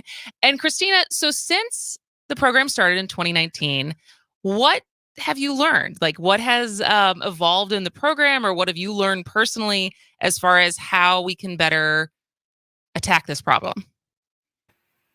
I honestly would have to say that it's a collaborative effort, right? That has been the most eye-opening to me, just because as a birth worker, traditionally, the mindset is that, you know, like we're more holistic, back to the roots of how things started, but also coming to the realization that a lot of our mothers are dealing with other medical issues that require that medical team. And then also just knowing that, you know, we aren't alone in this fight. Like, it's not just on the doulas. It's not just on healthcare. It's going to take a collaborative effort between all of us. So delving more into that is what I have done and what I've learned, that we need more.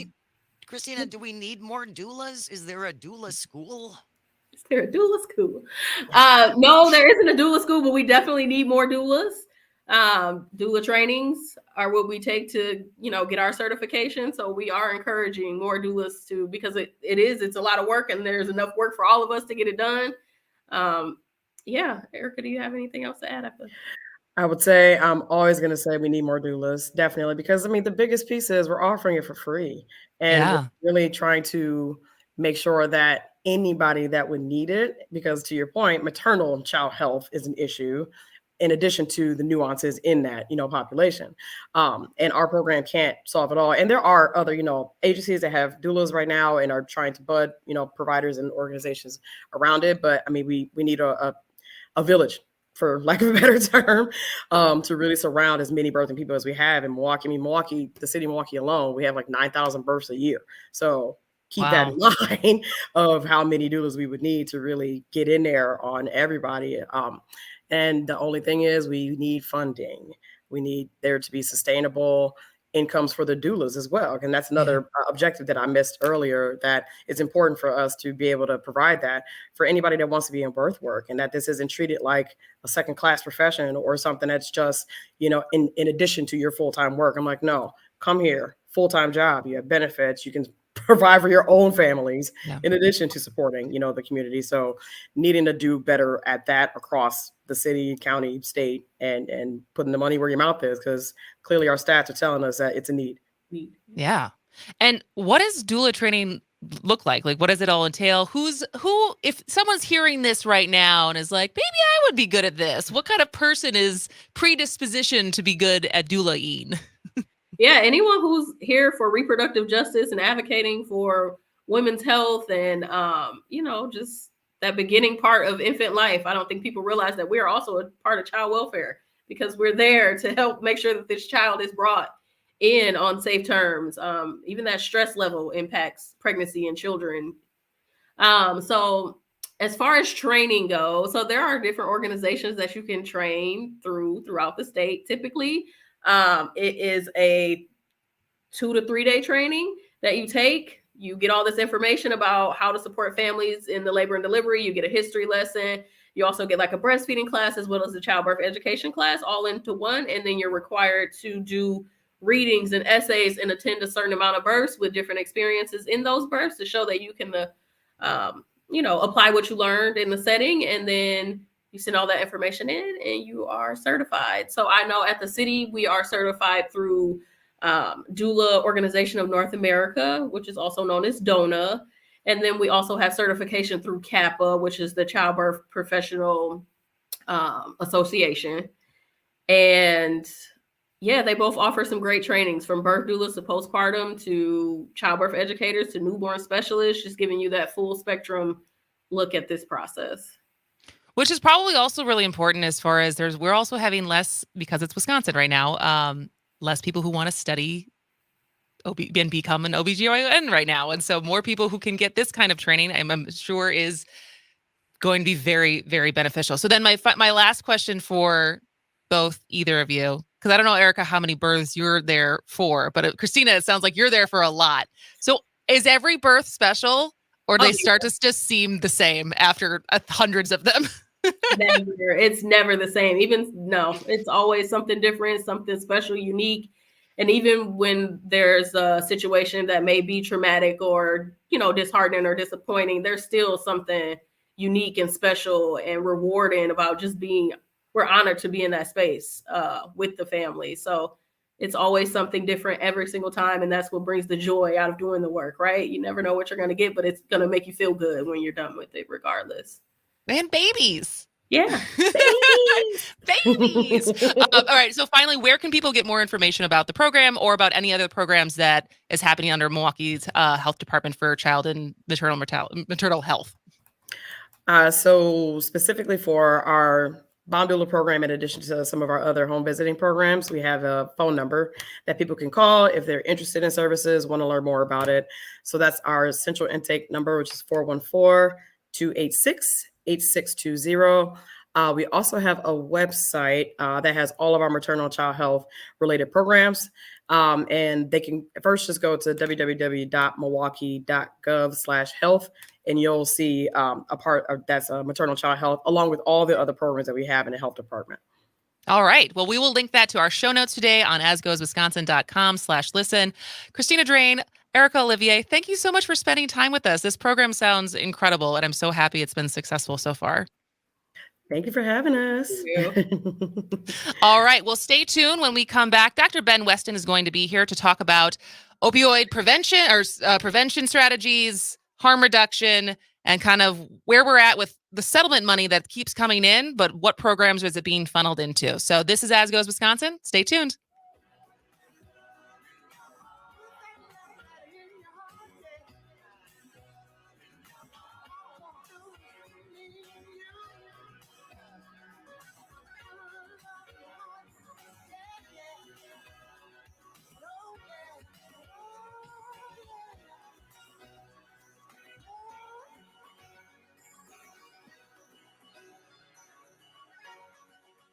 The Shaw 101 FM, your fix for progressive talk. From Big Bend to Menominee Falls. Always streaming at WAUKradio.com. CBS News special report. He's been the ratings juggernaut in the Fox News primetime lineup. As of tonight, tens of millions of Americans suspect this election was stolen. And now the company says it's agreed to part ways with Tucker Carlson. His final show, they say, aired last Friday. CBS's Scott McFarland. This news comes less than a week after Fox News settled a defamation lawsuit by Dominion Voting Systems for $787.5 million. Dominion had accused Fox and its hosts of giving voice to conspiracy theories about the company after the 2020 election. Well, Carlson became Fox's most popular personality after he replaced Bill O'Reilly in the primetime lineup in 2016. He's also drawn headlines for controversial coverage, most recently airing Capitol attack tapes. And CNN says today it's agreed to part ways with longtime host Don Lemon. CBS News special report. I'm Steve Kathan. WAUK 540 AM, Franklin's choice for news talk radio. Streaming 24/7 at WAUKradio.com. For Civic Media News, I'm Terry Bell. Here's what you need to know. The stage is set for the legal fight over abortion in Wisconsin. A judge in Madison will hear a challenge to the state's restrictive 1849 law on May 4th.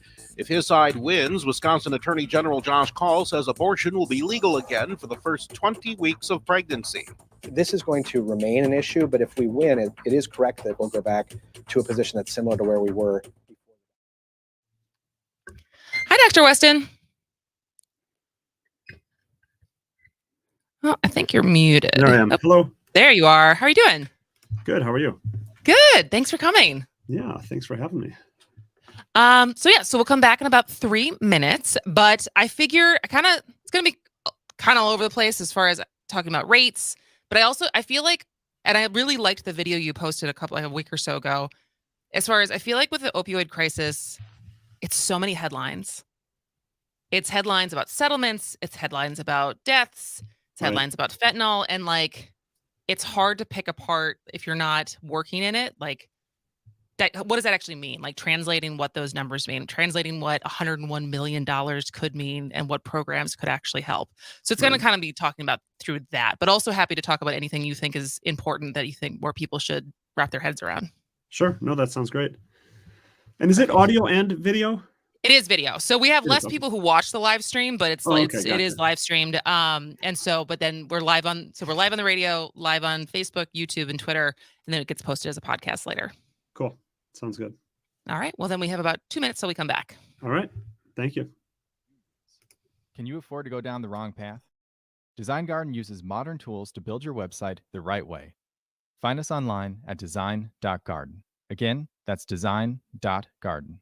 Max Inc. Radio with Dennis Graham from Rockonson. Appreciate all the support of Mad Radio 92.7. And by the way, a tip of the hat to Civic Media. That was a great article in the Cap Times by Paul Fanlin. You guys got a great model that you're growing around the state, local interest with radio stations throughout these different markets. And a tip of the hat, and you're focusing on local music, and nobody's doing it. So great job. Listen to Max Inc. Radio Saturday nights 6 to midnight on the Civic Media Radio Network. You've got questions about navigating the healthcare system? Kristen Lyerly helps us find answers and discusses other issues at the intersection of healthcare and politics. Hometown Health, Thursday mornings at 7:30 on Up North News Radio.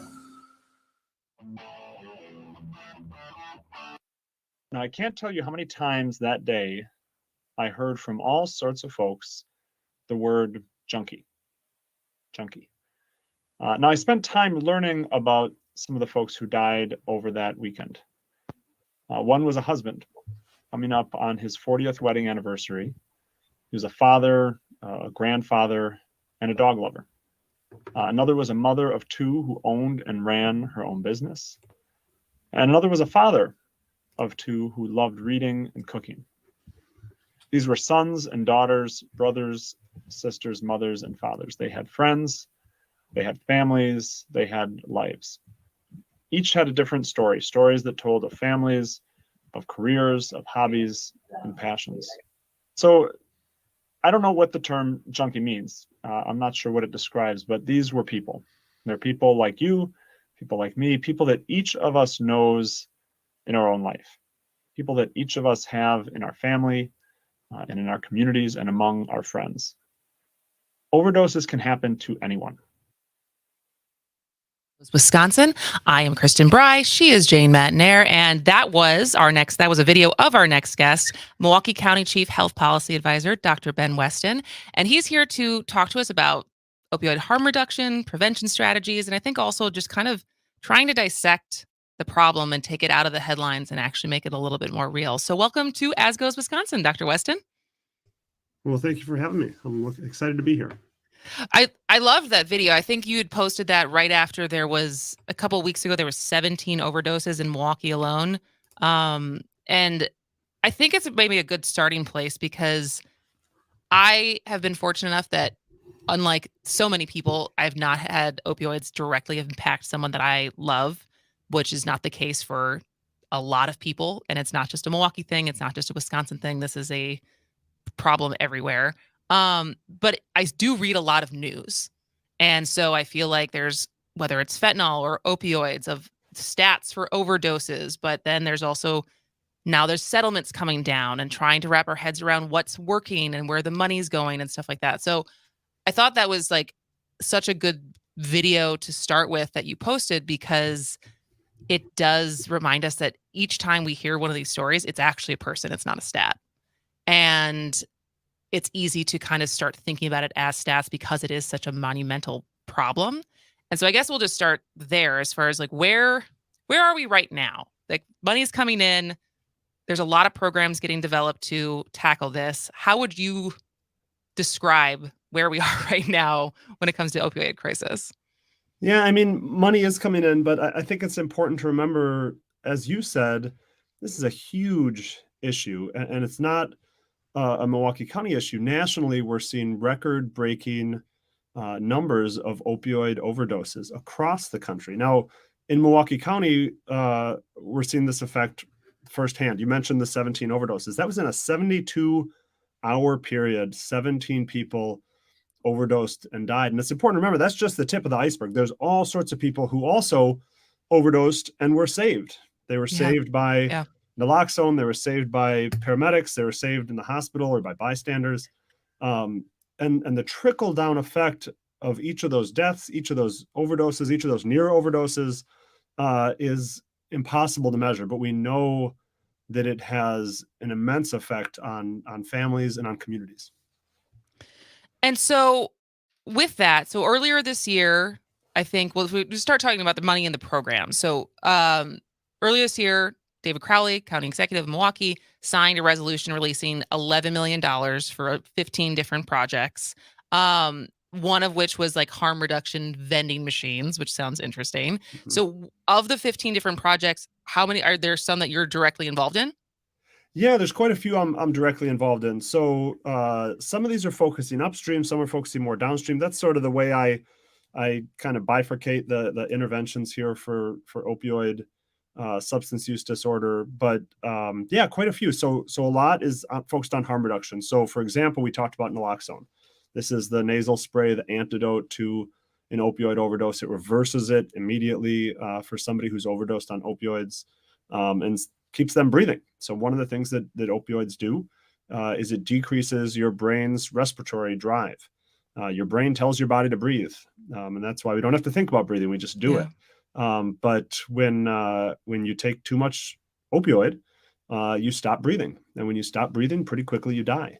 And so naloxone can reverse that. Now, part of that funding is going toward making sure that all of our fire departments have naloxone available, not just for people who overdose. We've had that for a long time, but now you can knock on the door of a fire department, or you can walk up to an ambulance. Forget about calling 911. Just walk up to the ambulance and ask if you can have a harm reduction kit, and they'll hand one to you. No questions asked. I don't care, what your income is, your race, ethnicity. Are you a Milwaukee County resident? Are you a legal immigrant? Who cares? We'll give you these harm reduction kits. We're not taking down your name or your number or anything like that. Same with our sheriff department now is working on it. A number of different law enforcement agencies, which is really changing the paradigm on this, that you can walk into a police station, ask for an antidote to overdosing, and they'll hand it to you. And they don't care who you are. They're not going to take down your name or check for warrants or anything like that. But these are the sort of harm reduction efforts that are really important, keeping in mind that every overdose death that we can avoid is an opportunity for someone to get into recovery. So is that the same drug that recently either was going to be or is approved to be like over the counter at pharmacies? That's right. Yep. So there have been programs in Wisconsin in particular to make this drug available in pharmacies without needing a prescription. But that approval from the FDA makes it much more broadly available. It could be in a grocery store now. It could be in a convenience store. It doesn't need to be dispensed by a pharmacy. It doesn't certainly need to have a prescription associated with it. So that's a big step. That is a big step. And so that's more on the harm reduction side, as far as someone who's already using, who needs help, not making sure that they don't overdose and don't die. As far as prevention strategies, what have you found to work, and what is working in Milwaukee right now? Right. So that gets that. So we talked downstream. Downstream is you're already down the river. You're already, taking opioids, or it's affecting your life. But upstream, before it happens, this gets into, what we've all heard of, the social determinants of health. So the things that determine your health status down the line. Now, a major one that we focus on in Milwaukee County is housing. If somebody has unstable housing, they're much more likely to have a whole menu of adverse health outcomes. You can go from hypertension, high blood pressure, to cancer, to heart disease, to opioid use, to alcohol use in excess, things like that.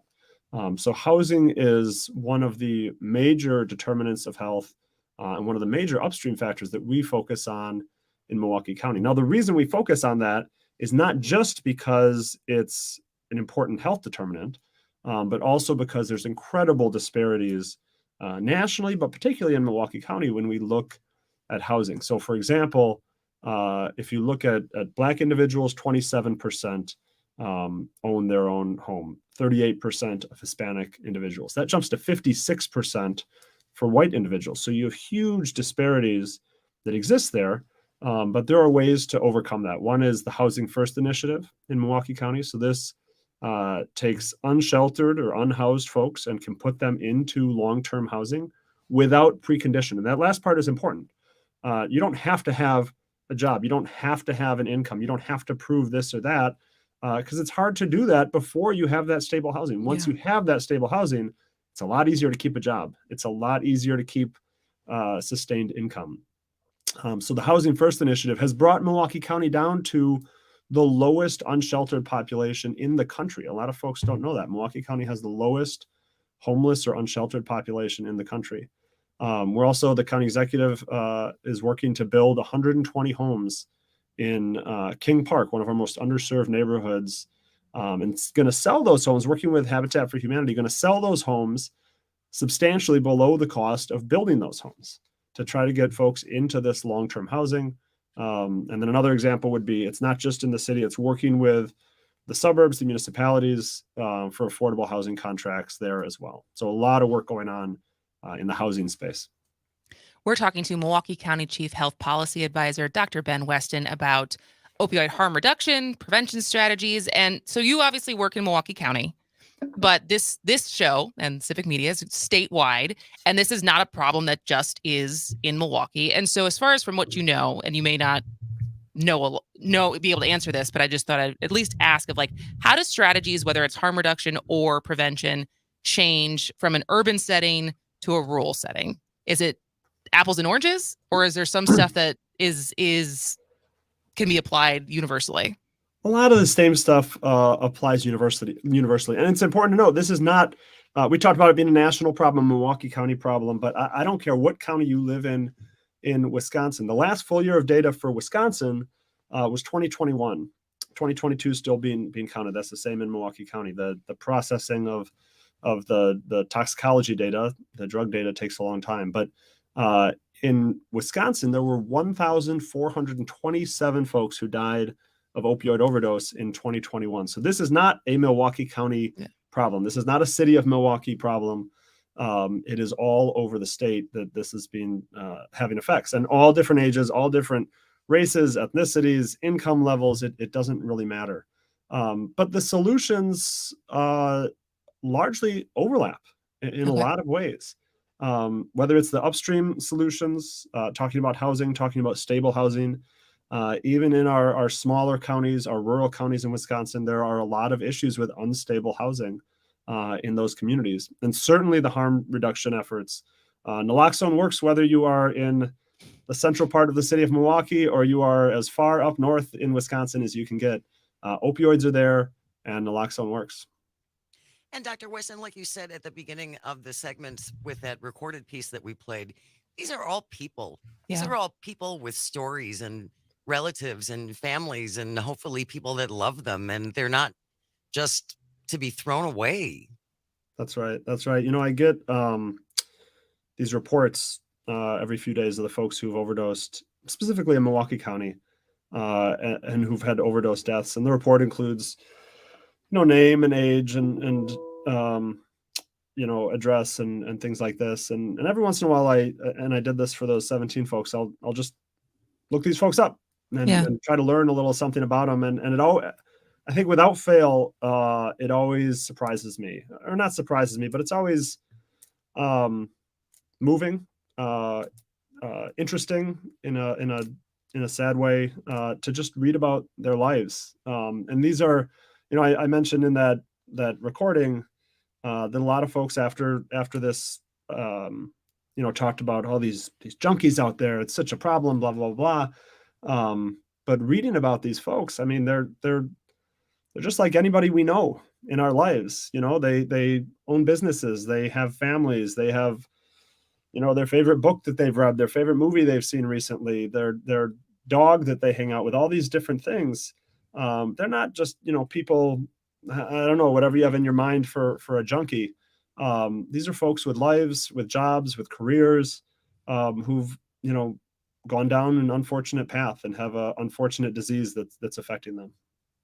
So as far as anyone in the audience listening, as far as resources, if you know someone in your life is struggling, beyond the citywide, countywide, statewide programs that are getting that are out there, what is some of the stuff on an individual level that people should be aware of?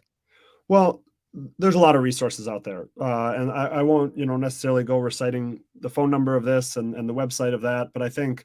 Well, if you email me back, I'll put it in our show notes. So absolutely, we'll do that. Yeah, I'm happy to send you all sorts of resources. But I think on a broad level, it's about reaching out to those folks and letting them know that you're there. A lot of people with substance use disorder, it's not obvious to those around them. A lot of these people who pass away, it's a surprise to those around them that they've been struggling with this. It's not as outward as you might think. And so to people who are around you, who you think are struggling with isolation, with job loss, with, marital issues, family issues, whatever it may be, maybe they're struggling with substance use. Maybe they're struggling with depression. Maybe they're struggling with something else, but having you reach out, whether you're their family member, their neighbor, their coworker, their friend, I think can make a huge difference. And talking to them, you might discover something going on, and you can reach out and help them connect with resources. All right. Well, thank you so much. Dr. Ben Weston is the Milwaukee County Chief Health Policy Advisor. Thank you so much for spending time with us today. Oh, thank you for the time. I appreciate it. We'll be back in a minute.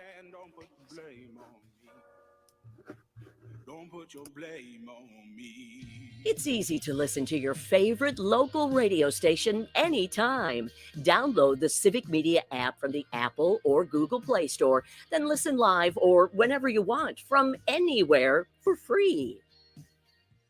Are you an experienced industrial painter, drywall finisher, or want to be? Do you want more than a job but a high-paying career where your interests are well represented, ensuring a safe work environment? The International Union of Painters and Allied Trades of District Council 7 wants you. Bring your knowledge or ask about paid training. Learn more now. Call Tom Coyne, 262-488-4839, 262-488-4839, or go to the union's website, iupatdc7.com.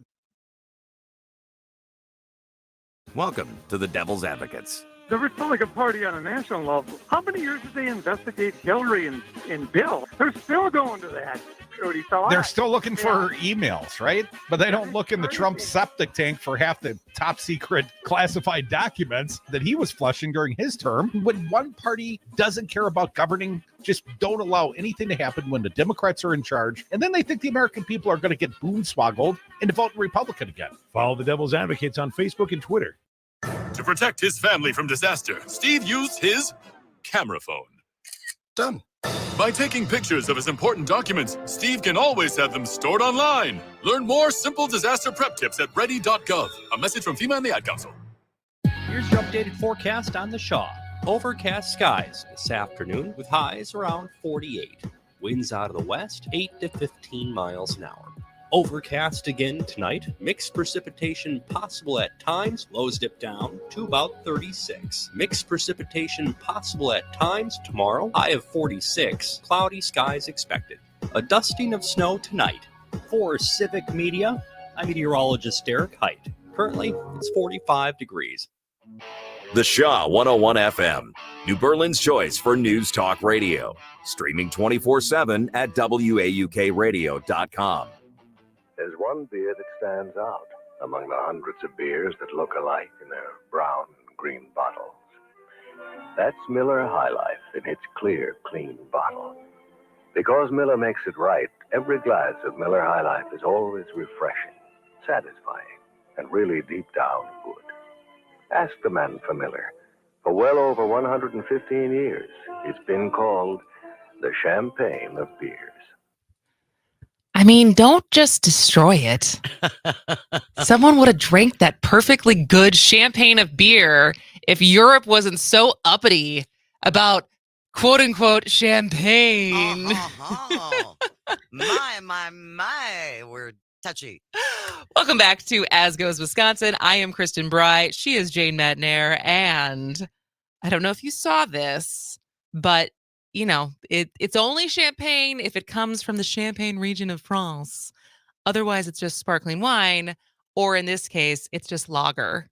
But Belgian customs officials recently destroyed 2,352 cans of Miller High Life that was destined for Germany at the request of the powerful Comité Champagne.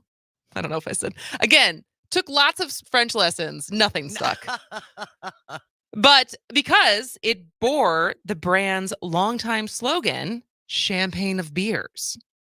So the brand, which doesn't Miller High Life does not export to Europe, I guess, potentially for this reason.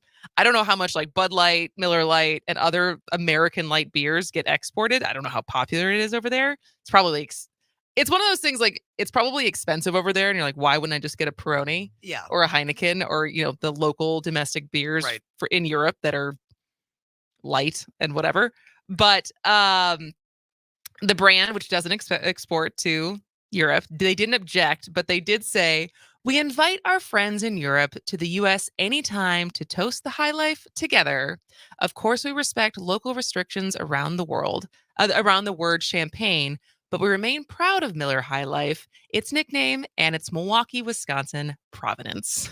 Well, it calls it the champagne of beers. I know, it's not calling it champagne. Exactly. So they get to entirely own the word champagne. Well, I told you that I had a friend who his father was he might be the lawyer of that group. Oh, wow. The Committee of Champagne or whatever the French pronunciation of it is, because they sued Apple.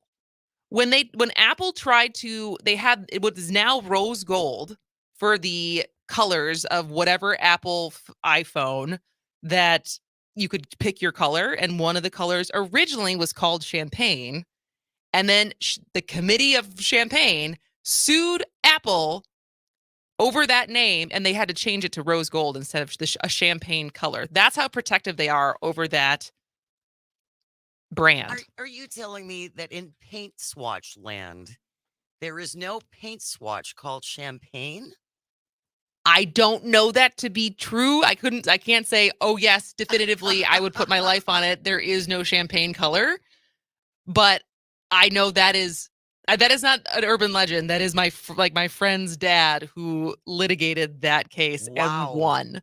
And so they take it very seriously. I just want to know, so it was basically some German buyer who was exporting, who ordered 2,300 cans. I love it that cans and not bottles, because Miller High Life is way better in a bottle. Absolutely. But then the fact that they just had to destroy all of this beer before it could get to its final destination. And I also am curious of why the Belgians are taking up this fight on behalf of France. They want to like let if it's going to go through France, let them destroy it and be pretentious. Why are the Belgians doing this on their behalf? They have aspirations somehow.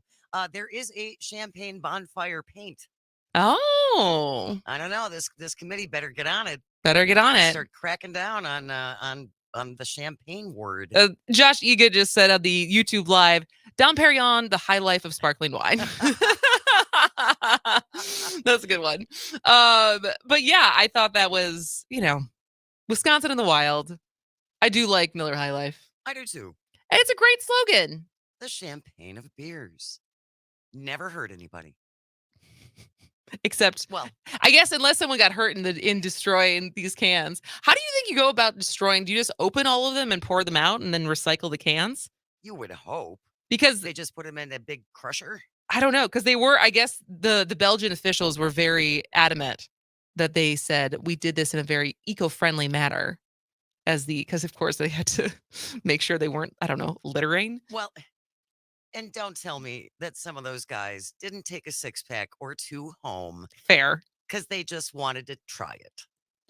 Maybe more. Yeah. I mean, perks of the job. Perks, exactly. We confiscated it, and now we get to keep it. But I feel like we talked about champagne. Oh no, you know what it was? It was a kind of cheese. There was a kind of cheese that recently in U.S. patent courts, they said that you could keep using the name even if the cheese didn't come from that region, but it wasn't. And it was from either Swiss, like a Swiss. Now I can't remember what it was, but I remember we talked about that once, and it was like the opposite, where the U.S. was like, "No, that doesn't hold here. You can call it whatever you want." Yeah, we're not playing that game. Nice try. We're not as protective over our regions, but supposedly this is a very and maybe this is why the Belgian officials held it up, because I think it is like an EU standard thing that they take this very seriously. Twitchy French. All right. Well, when we come back during the no sour, haha, fun time, power hour, we asked on Friday ahead of Earth Day what you are currently doing to be eco-friendly. And we had kind of alluded to what a lot of us, I think actually Jon Stewart's newest episode is about the recycling and what a hoax it is. But that doesn't mean that all is lost when it comes to recycling. It's just plastic. So I found this Washington Post quiz on rules of recycling. Oh, excellent. So I thought we would start off with that. And then Jake Brandt, who is the Director of Marketing and Communications for Habitat for Humanity, is here to talk about a piece that raised a lot more money than expected. It was like, what was it supposed to go for? It was supposed to go for between $25,000 and $35,000. I'm going to make you wait, though, to tell you how much much it it went actually- for. yes. This is a great thing. And then at 1:30, we're going to talk about what if you did higher education, whether it was 2 years, 4 years, what was your major or what was your focus, and what do you do for a living now? Because we're going to talk about the hottest majors at UW-Madison. And I'm just curious, as far as for any of us, what did you decide to study? And are you or are you not using any of that information today?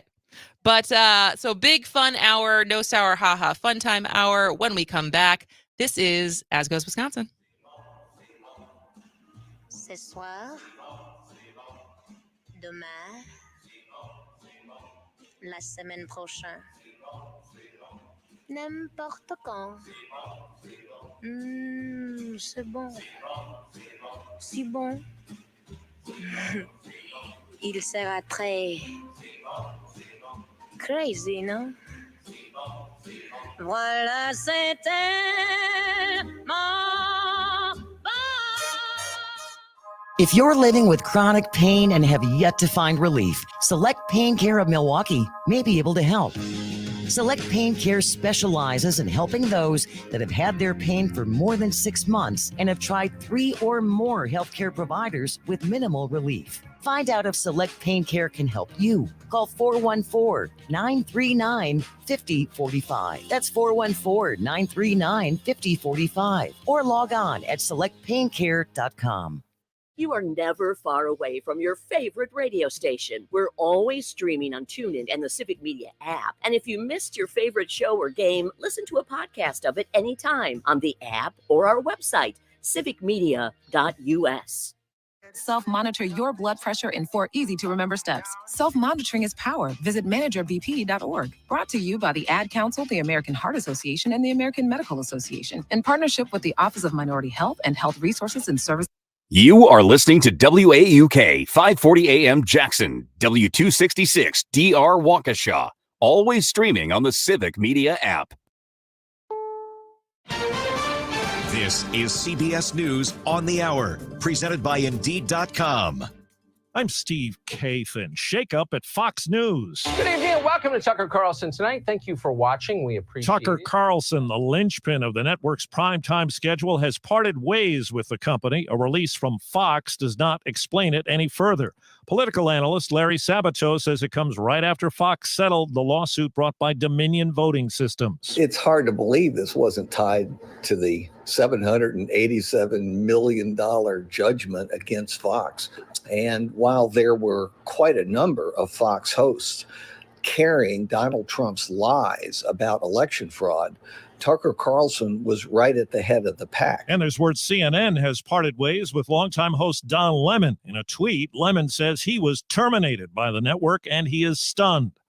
CBS's Cammie McCormick has the latest on the dangerous situation in Sudan and what it means for the Americans who remain in that war-torn country. While American diplomats and others were airlifted to safety, the National Security Council's John Kirby on CBS Mornings said other Americans working for the U.S. government are making their way out by land. And the United States military is providing overwatch through unmanned assets to watch over that convoy to make sure that we're be able to see whatever security problems they might face. The U.S. is also looking at putting naval assets in the Red Sea near Port Sudan to help with any further evacuations. Well, CBS's Jim Krasula has more on a new development in a story that reverberated around the country. Kim Potter has been released from a Minnesota jail after serving 16 months of a 2-year sentence. The white former police officer was convicted of manslaughter after mistaking her handgun for a taser and fatally shooting black motorist Dante Wright in suburban Minneapolis in 2021. White House correspondent Weiju Jiang tells us it's believed President Biden will formally announce he's running for re-election tomorrow. That's exactly 4 years since the president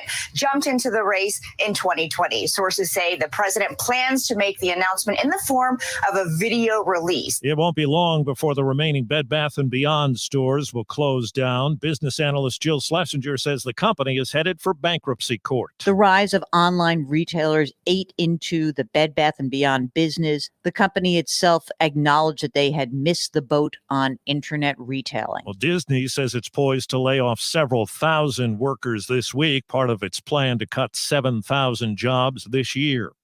Checking Wall Street, right now the Dow is down 4 points. The NASDAQ is down around 70 points, and the S&P 500 down 6 points. This is CBS News. Hire with minimal effort and maximum success with Indeed. Their powerful hiring platform makes it easy to attract, interview, and hire candidates all in one place. Visit Indeed.com. News brought to you by Gingras Thompson and Wachs, your personal injury attorneys with over 35 years of experience. GTWlawyers.com. They're all in to win.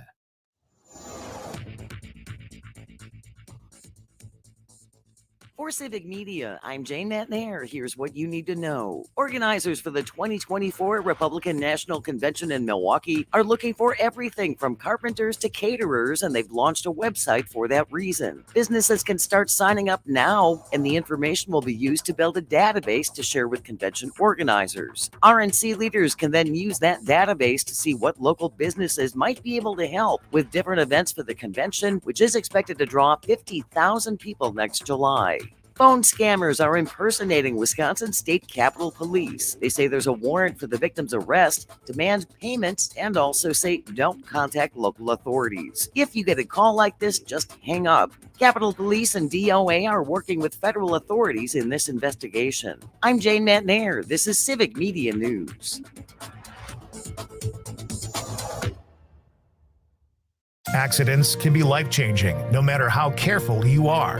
But with Gingras Thompson and Wachs, you're not alone. For decades, they've been fighting for the rights of people just like you. They'll let you focus on your recovery while they handle the legal complexities. If you or a loved one has been hurt or killed due to someone else's negligence, contact them now. You may deserve compensation. All in to win. Gingras Thompson and Wachs. GTWlawyers.com. A progressive voice from Beaver Dam to Kenosha. WAUK 540 AM. Always streaming at WAUKradio.com. Everyone deserves freedom over their own body. Everyone deserves the right to choose. Everyone deserves access to quality, affordable healthcare without judgment. And everyone deserves a healthcare provider who stands firm on these beliefs.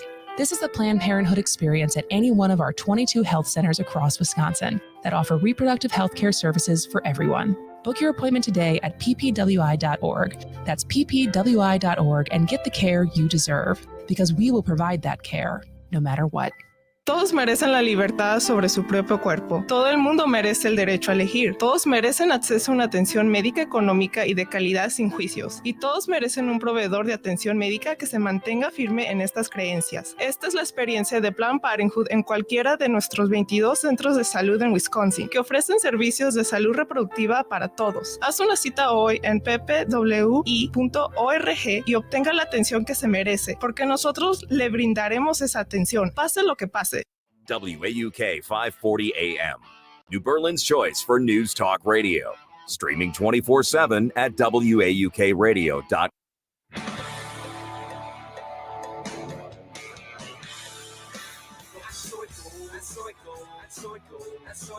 Welcome to the 1 o'clock no sour haha funny hour. No sour happy fun time haha power hour. Welcome to the no sour fun time haha power hour. Oh, she did it. I got it. I think she's got it. By George, she's got it. By George, she's got it. Moving Wisconsin forward, one joke at a time. This is Kristen Bry with As Goes Wisconsin. Yada, yada, yada. Hello, Wisconsin! What can go in your blue bin? Do you think you know? As far as when you're sorting through your things that you do not want in your house anymore, if it goes in the garbage, if it goes in the blue bin, how good are you at knowing where it should actually go and what you can do with it to be a responsible world citizen and do your part as far as our environment is concerned? Recycling. And I found this because we talked about this a little bit on Friday ahead of Earth Day, and discussing some of the small things that we can try to do to produce less waste or do something with the waste that we produce. And I found this quiz. The Washington Post actually put this little quiz out. And so I thought we would take it, Jane Madnair, and see how well we know what you can do with the different items that accumulate. So I feel fairly confident. Do you? Which means that I will probably suck, but to continue. No, we'll see. You may be better than me, but there's 8 questions. So if you're listening, play along at home. We will put this quiz on the show notes on asgoeswisconsin.com/listen so you can ask your friends or get in the information that we talk about later on. But question number 1, plastic bags are recyclable. So they just go in the bin, right? Option 1, yes, anything that is recyclable can go in the bin. No, take plastic bags to the grocery store. What's the second one? All right. Don't throw them in the bin. Correct. Not everything that is technically recyclable can go in your household bin because of how the sorting system works. A conveyor belt carries the jumble of items through several machines that separate out typical household items into various bunkers. Cardboard, paper, plastic, aluminum, steel, and in some places, glass. There's a lot of tumbling, spinning, whirling, and flinging. Oh, I want to know what flinging feels like a booger getting flung across the room. I want to be operating the flinging machine. That's my job. Because of plastic bags and other rogue machine snaggers, such as hanger wires. Ooh, that's a good one. Oh, yeah. Hoses. Who's recycling hoses? Yeah, don't do that. And Christmas lights. And that was literally the next one listed. Christmas lights. There's a lot of tangling. Yep. So at the Republic Services Materials Recovery Facility in Manassas, Virginia, where a large portion of Northern Virginia's single-stream recycling is sorted, plastic bags are a perpetual problem. They wrap around machinery and are especially menacing to star screens, which are rotating rubber star-shaped discs to move cardboard to its bunker. So you can recycle bags. So you don't have to just throw them out and they'll end up like suffocating some turtle in the ocean. Right. But just don't put them in your bin. Just collect a bag of bags. And then when you go to the grocery store, take your bag of bags. Almost everyone has a recycling place, a little bin where you put your bag of bags. And then they just make new bags? They melt them down and make new bags? I hope they do something productive with all of those. Because the truth is, those things are never, I feel like unless you break them, they're never dirty. Like they just need to be like relayed into their little packaging because they pull them out when the way that you bag your bags. And so it's like it's like the Ziploc bags. You're like, you can just reuse this, can't you? Absolutely. All right, next question. 2 out of 8. Do recyclables have to be totally clean and dry, or more like my dog licked out all the peanut butter, clean and dry? All right. I think that's not, we do that in our house. Option 1, squeaky clean and completely dry. Number 2, rinsed, even spot cleaned is usually good enough. 3, doesn't matter. Gunk will boil off in the process. I will go with number 2, that you should rinse it. Correct. You're 2 for 2 so far. That. The cleaner, the better, but the items don't have to be immaculate to be recyclable. If you rinse well, shake out the water, and leave less than a teaspoon of residual goo, roughly a bottle cap full, it's fine. Well, then I may as well wash the jar. Seriously, a teaspoonful, then just wash. Wash the jar. Yes. If you can't get a container that clean, it's better to throw it in the trash. Oh, really? That's interesting. Oh, wow. That extra peanut butter in the jar or soda in the can can attract bugs or rodents to the sorting facility, and it can ooze all over other materials that cause problems for the mills. We don't want oozing. That's why grease-soaked, cheese-encrusted pizza boxes shouldn't go into recycling. But a basically clean pizza box with just a splotch or 2 of grease is fine. That is good to know. I wouldn't have known that about the cardboard boxes. Of like it's not about their ability to get them clean otherwise. It's just that the little critters it attracts is not helpful in this case. I can see that. That makes sense. All right. Number 3. Okay, no bags in the bin. Can all other plastics go in the bin? Sure, why not? Doesn't matter. Plastics never get recycled anyways. No, but bottles and jugs are accepted in most places. I'm going with 3. Correct. 3 for 3. Jane Madnair.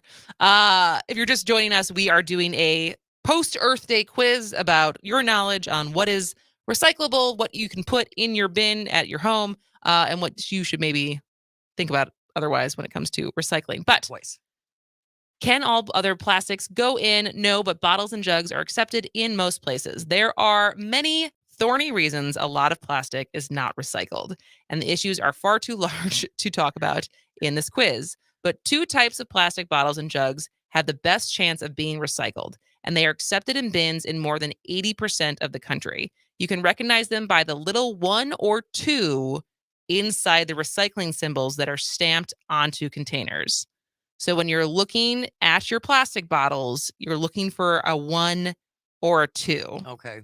So now I'm like, my brain just went to like 1-use water bottles, 1-use Gatorade bottles that are like thicker plastic than soda bottles, maybe. Soda bottles. What number those are. But otherwise, no, not all plastic is recyclable. Well, and unfortunately. Yeah, and that is unfortunate because I don't know about you, but my husband and I do a lot of hot bar foods that grocery stores offer now. Oh yeah, and like to-go items. Really, yeah, but those are all individual plastics, and I keep some of them just to use at home. I know, but then they accumulate, and you're like, what am I going to do with all these? And those aren't recyclable. They're not? I don't think so. If I'm wrong, please tell me. 844-967-2789. Those, you put your Salisbury steaks in there or whatever. Yeah, it's your doggy bag. Yeah. It's like the to-go boxes from restaurants or your to-go boxes from you get like deliver your pickup. I did not know that those are not recyclable. I might be stepping out of turn, but I do not believe they are recyclable. All right. Number 4, plastic caps and bottles seem like different things. So should I leave the caps off? Yes, that will help in sorting. Only if the cap is a different color than the bottle? Huh. No, the caps are too small by themselves. I would go with the second one. No. So there's 3. Oh, there's so there's 3? one, yes, that will help with the sorting. 2, only if the cap is a different color than the bottle. 3, no, the caps are too small by themselves. I will go with 3 then. You were crushing it. Oh, wow. Correct. I can't wait to see my bride. Recycle plastic caps on plastic bottles, even if they're made from different plastics. The bottles are fine without caps, but the caps shouldn't go in alone. And do we really think that people would double check their bottles to see if the cap is a different color? Give me a break. I can't even think of a bottle right now that has the same color as a cap because it's usually either clear plastic with a white cap. Right, white cap. Or like Gatorade has orange caps, but like they're usually not the same color anyways. Yeah. All right, number 5. Do I need to remove tape from boxes, staples from catalogs, and windows from envelopes? No, no, and no. Yes, yes, and yes. Read it again. So when you're talking about like a cardboard box, do you need to take the tape off? Or in your catalogs, do you need to take the staples out to recycle the paper? Or the little plastic part of an envelope, do you need to take that plastic little window off of the envelope? I'm going to say no because no one will do that. You're right. You should go through and cut out all the little envelope windows. That's a lot of time. Never going to happen. You should empty and break down cardboard boxes, which will save space in the truck and will make the cardboard easier to sort. Yeah. If you can, pull off the tape and throw it away, but you don't have to get rid of get it at all. So that's that one. All right, we're going to march along because we only have 3 minutes left. Number 6, cans and bottles get crushed anyways. So can I just do that myself to save space in my bin? 1, yes, it's a fun party activity. Just ask the Belgians. 2, only if you can get them in to be very small and very flat. 3, no, the sorting machines may not recognize them. I would go with 3. The sorting machines may not recognize them. I don't think you've ever performed this well on any quiz we've ever done on this. I don't know what to say. Correct. Even though everything will eventually be compressed into bales, pre-smashing won't help and may keep those items from getting recycled. So this is going to crush my mother. Does she crush cans? Well, she doesn't crush cans. She has one of those things that can crush cans, and that is an Uncle Doug activity. Oh. He's very excited about crushing the cans, but now I have to inform her that, and him, that unfortunately that is maybe not helping anything, except they're saving space. You'll have to find something else for him to crush. No, we can probably do that. All right, number 7. What's the worst thing I can put in my bin? A bicycle, B, a battery, C, a car bumper. Bicycle. I'm gonna go. Bicycle or car bumper. I'm gonna say bicycle. I'm going with battery. All right, it's your quiz. So man. Did I nail it? Yeah, you nailed it. Sweet. Battery, worst thing you can put in your bin. Plenty of other potential recyclable items shouldn't go in your bin because they are too large, too sharp, too weirdly shaped, or too dangerous for sorting machines to handle. But batteries are the super villains, especially lithium-ion ones. Yeah, don't do that. Where should we take them? You can take them to your county's waste dump. Okay. All right. Well, we'll have to do number 8 at the bottom of the hour, because that is which handy slogan helps consumers know whether something should go in the recycling bin. But when we come back, Jake Brandt from Habitat from Humanity will be here. Stay tuned. This is As Goes Wisconsin. Hey, this is Lindsay Kindred at 540 WAUK The Shaw. At Civic Media, we love our local communities and want to share your story. Hey, Jake. Hey there. How's it going? Doing well. How are you? Good. We're doing well. We're just crushing this Monday. So this is a short segment. We'll come back in about 2 minutes, and we'll just kind of let you tell the story of what happened. Sounds great. Thank you. All right. Awesome. Those retrieval skills season. From clipping your horse for competition season to keeping the backyard birds well-fed season. And of course, loving your pets like family season. There's a reason people say, if Fleet Farm doesn't have it, you don't need it. Because we have it all. Fleet Farm, built for real life. Every family has one. The Smother. Holy why! Hi, Erica. This is my daughter. I baked her in my tummy. The Goldbergs every weeknight. Weeknights at 5 and 5:30 on My 24.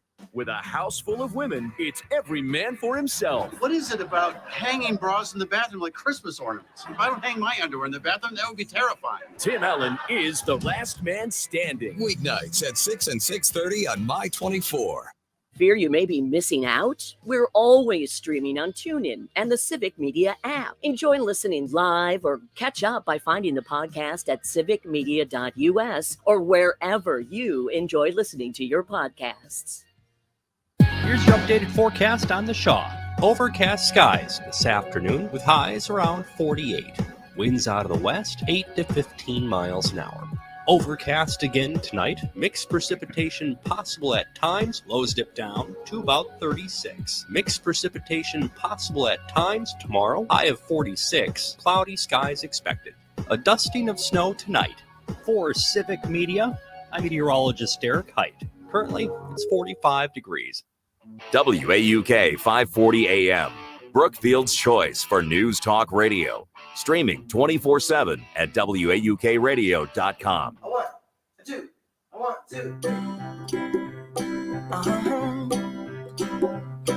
If you ever find yourself stuck in the middle of the sea, I'll sail the world to find you. If you ever find yourself lost in the dark and you can't see. Welcome back to As Goes Wisconsin. I am Kristen Bry. She is Jane Matnair. And we are joined by Jake Brandt from Habitat from Humanity to talk about a surprising fundraiser. I'll leave it at that. But I want you to be able to tell the story because this is a very great, feel-good, surprising turn of events that happened for you guys, isn't it? Oh my gosh, just an amazing donation that came into our Restores. So if you're not familiar with Restore, they're essentially like a Goodwill only for furniture, appliances, home decor, that sort of thing, selling all these things to the public that are primarily donated. And we had received this donation of about 300 prints and works of art.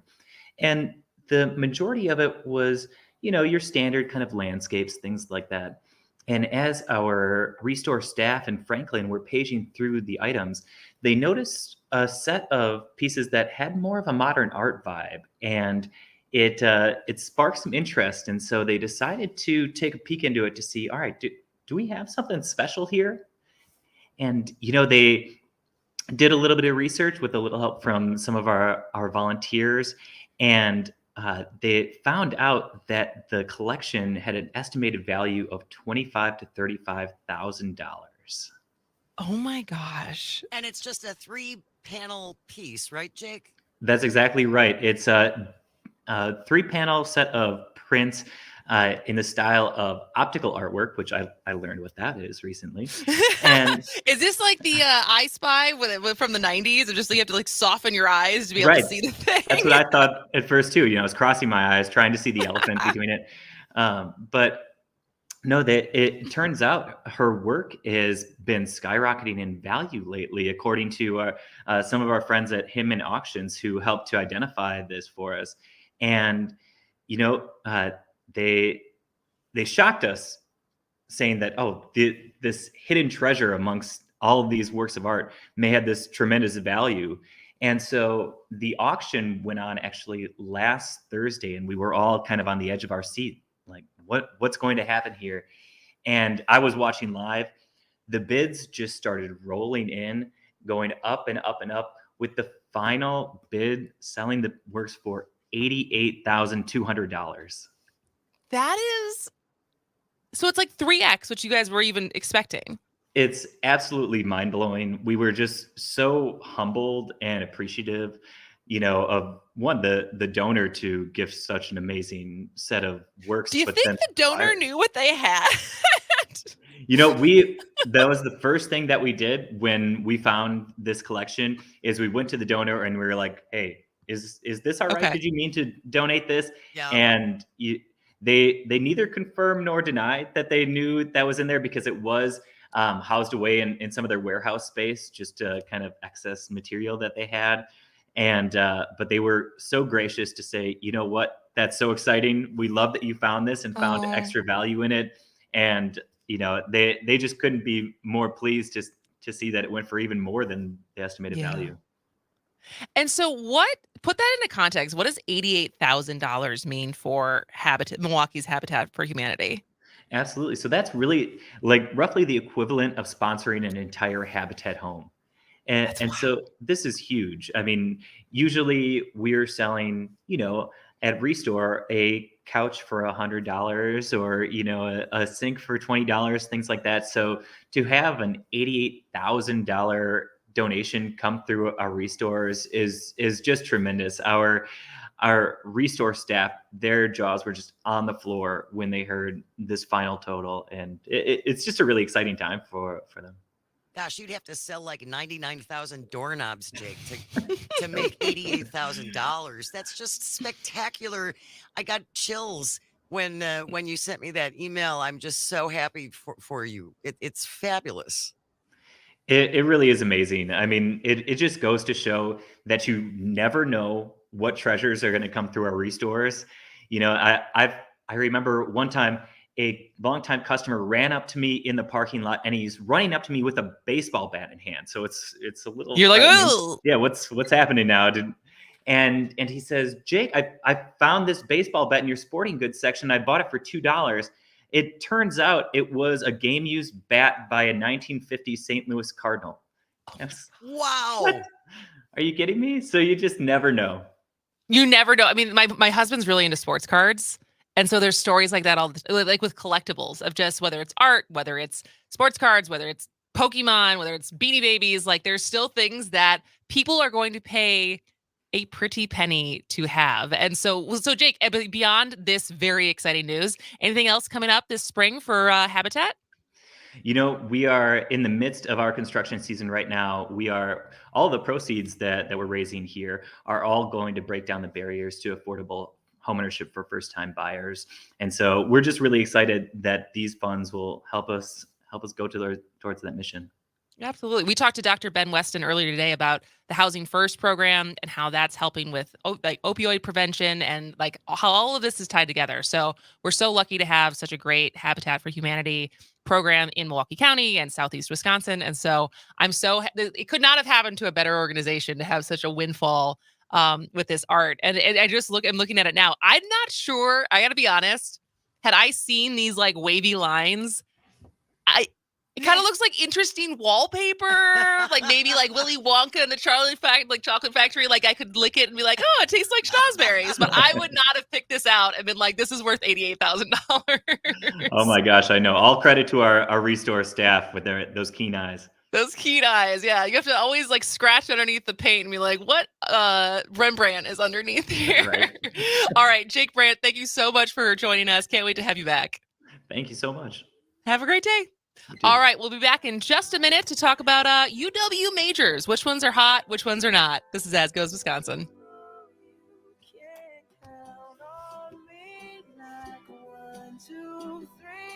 I'll be there. And I know when I need it, I can count on you. Like 4, 3, 2, and you'll be there. 'Cause that's what friends are supposed to do, oh yeah. Ooh, ooh. You can count on me 'cause I can count on A progressive voice from Manitowoc to Janesville. WAUK 540 AM. Always streaming at WAUKradio.com. CBS News Brief. Shocking news from Fox News today. Good evening and welcome to Tucker Carlson Tonight. It is parting ways with host Tucker Carlson less than a week after settling a lawsuit with Dominion Voting Systems over the network's 2020 election reporting. Carlson's last show aired Friday. Thousands of Americans remain in Sudan now as violence continues to escalate in the country. White House National Security Council spokesman John Kirby. The vast majority of them are dual nationals. They have citizenship in the United States as well as Sudan. They grew up in Sudan. Families are there. Businesses are there. And they don't have any interest in leaving. The U.S. evacuated its embassy there this weekend. And President Biden could launch his re-election campaign as soon as tomorrow. Here's CBS's Weijia Jiang. That's exactly 4 years since the president jumped into the race in 2020. Sources say the president plans to make the announcement in the form of a video release. The Shaw 101 FM, your fix for progressive talk. From Butler to Wind Lake. Always streaming at WAUKradio.com. For Civic Media News, I'm Terry Bell. Here's what you need to know. Flooding is a concern in river communities in southwest Wisconsin. The Mississippi River in La Crosse has hit major flood stage and should get higher. Several streets are closed in Prairie du Chien. In Grant County, people are having to evacuate their homes. There's a hearing set for a Madison courtroom on May 4th challenging Wisconsin's restrictive abortion law. The state Justice Department plans to argue more recent legislation leaves the 1849 ban unenforceable. We've argued that those recent laws impliedly repealed the 1849 ban. We've got really strong arguments. That's Wisconsin Attorney General Josh Kaul on WISN TV's Upfront program. The case is expected to go all the way to the state Supreme Court. In sports, the Bucks try to pull even in their playoff series at Miami tonight. The Brewers host Detroit. I'm Terry Bell, and this is Civic Media News. Civic Media promised you something big to celebrate our new and still growing network of radio stations. When we announced the one-day $1 million advertising giveaway for Wisconsin businesses, you responded. Just wanted to echo your sentiments about the advertising. That's really a cool deal and really remarkable. $1 million of free advertising. Now, if you missed this chance to work with our team, go to civicmedia.us and click on the sponsorship tab. One of our local sales pros will get right back to you. civicmedia.us and sponsorship. If you're living with chronic pain and have yet to find relief, Select Pain Care of Milwaukee may be able to help. Select Pain Care specializes in helping those that have had their pain for more than 6 months and have tried 3 or more healthcare providers with minimal relief. Find out if Select Pain Care can help you. Call 414-939-5045. That's 414-939-5045. Or log on at selectpaincare.com. Civic Media isn't just another broadcast company. We're your neighbors. We bleed green and gold, and we love nothing more than to help fellow Wisconsinites succeed. Whether your business wants to advertise to your local community or the entire state, Civic Media can help. Find out more at civicmedia.us.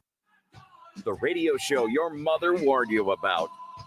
Actual tyranny of a dictator. Dictator's going to dictate Putin. And what did Trump do? Trump kneeled to the man. Embarrassing Republicans. And you're still with the guy? This is your front runner in 2024? You've been smoking some of Mike Lindell's crack. What are you thinking? They're the GCCCP. We are the devil's advocates. Live weekday afternoons from 3 to 6. You wanna be a teacher's man? Well, baby, you just have to get it.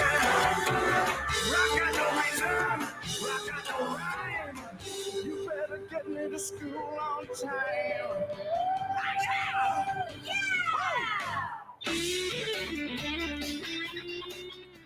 If you went to a 2-year school, a 4-year school, what did you major in and what do you do now? 844-967-2789. If you have any higher education, what did you focus on?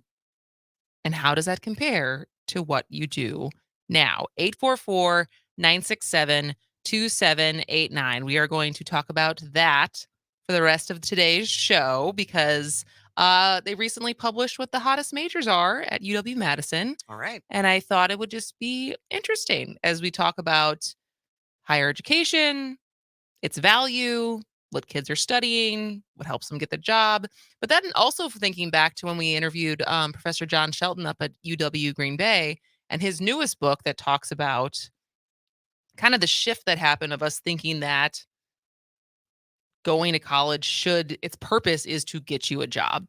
And I think it kind of brings up, is that a good thing or a bad thing? So we'll get to that in just a second. I wanted to wrap up our conversation about recycling though. Yeah. Because at the top of the hour, we did a Washington Post quiz trying to help us learn a little bit more about what you should throw in your recycling bin at home, or I guess also at your office.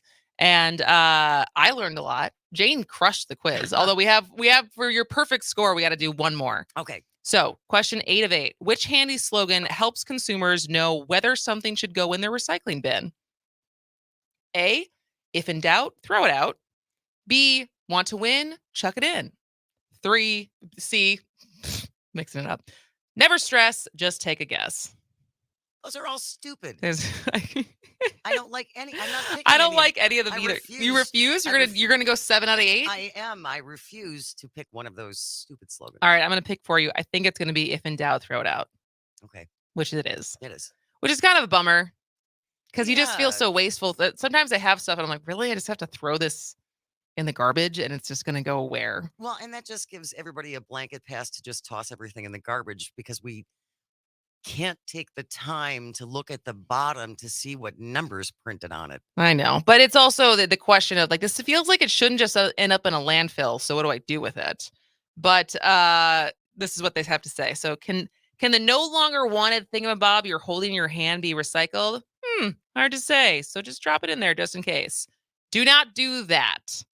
One mistake won't doom your bin contents to the landfill, but regularly putting items in the bin because you hope they might be recyclable is called wish cycling. Wish cycling. And it's the cause of a lot of contamination that makes recycling more costly and less efficient. About 17% of what arrives at sorting facilities is contamination and has to go to the landfill as trash. It's much better to throw out something you're not sure about than to risk adding more contamination to the mix. I suppose. Which is kind of a bummer. Yeah, that is a bummer. We can do better. 844-967-2789. If you want to check in on recycling, you can call and or text if you want to check in about what your major was when you went to school, 2-year college, 4-year college. We're talking about that too. From the 414 in the city of Milwaukee, 1, 2, and 5 are all recyclable.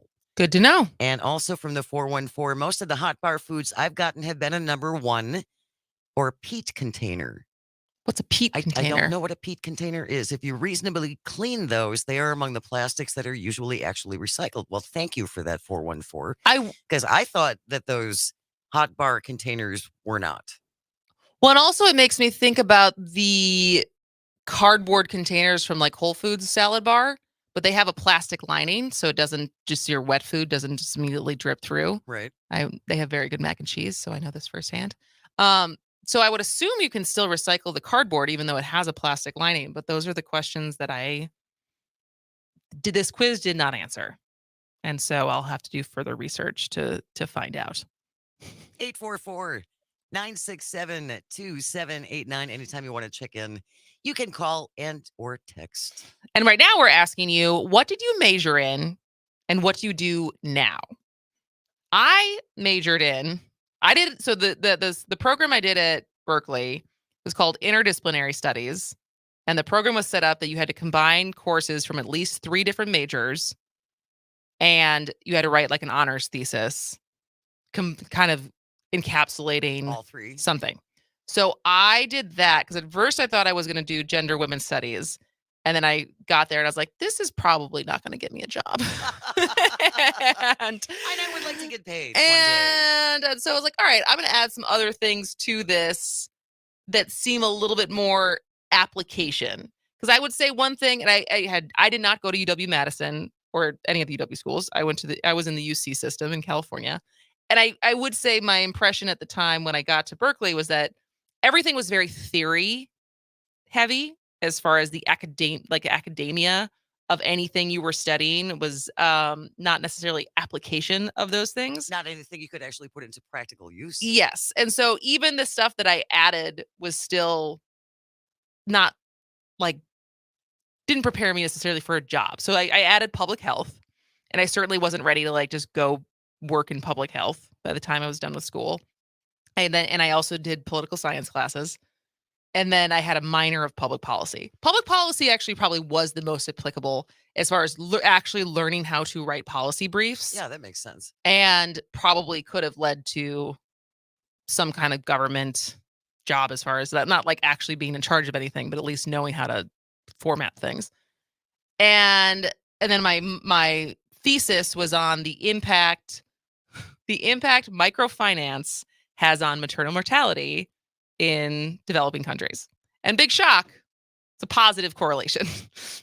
when you give women money and control over the finances in their home, they die less than they do otherwise. Amazing. So big shock. Yeah, that's amazing.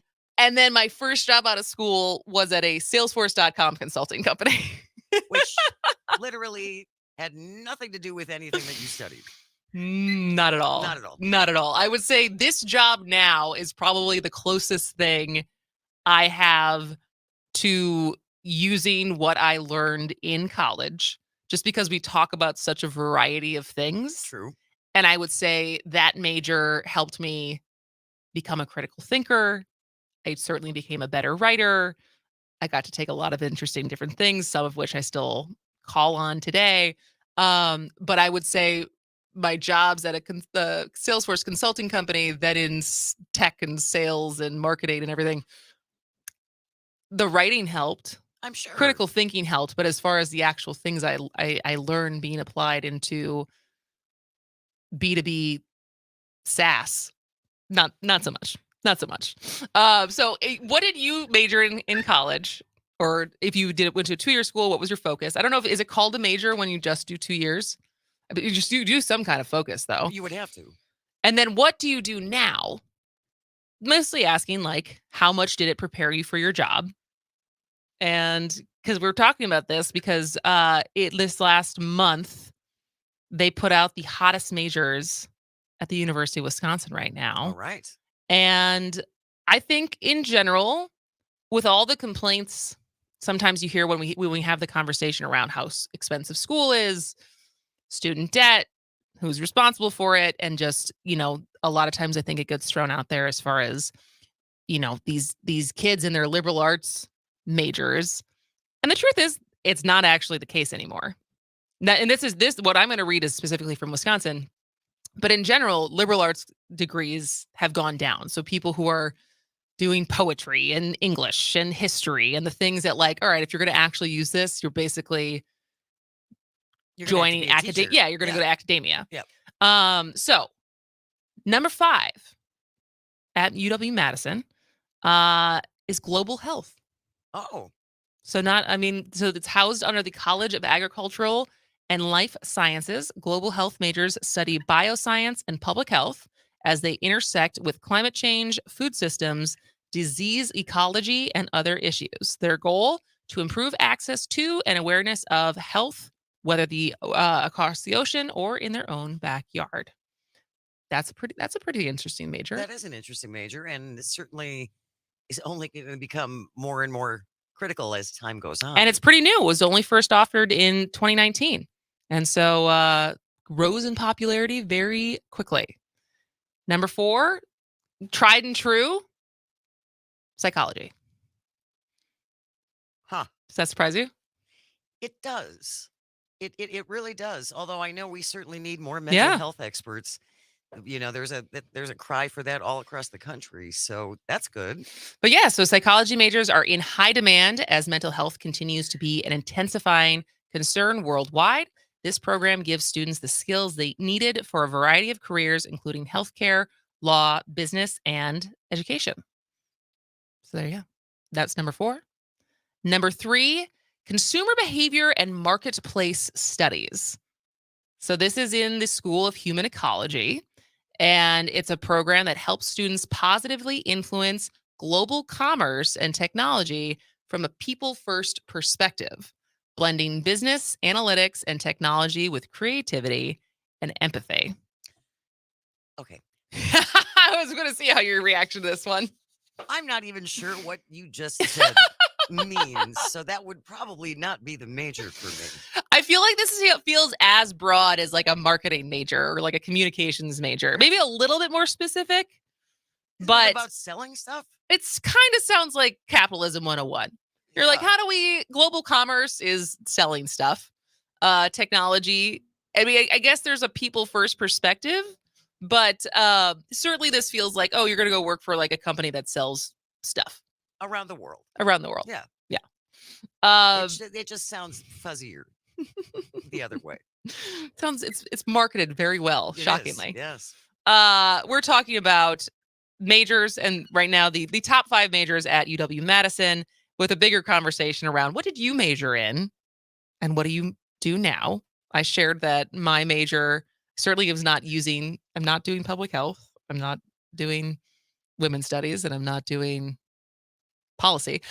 But I think I use a lot policy stuff. I feel like still helps me. Without a doubt, you are far better versed in that area than I am, and I it has to be from some of your schooling, just about tax laws, and just you have a much better grasp of very complicated legal things.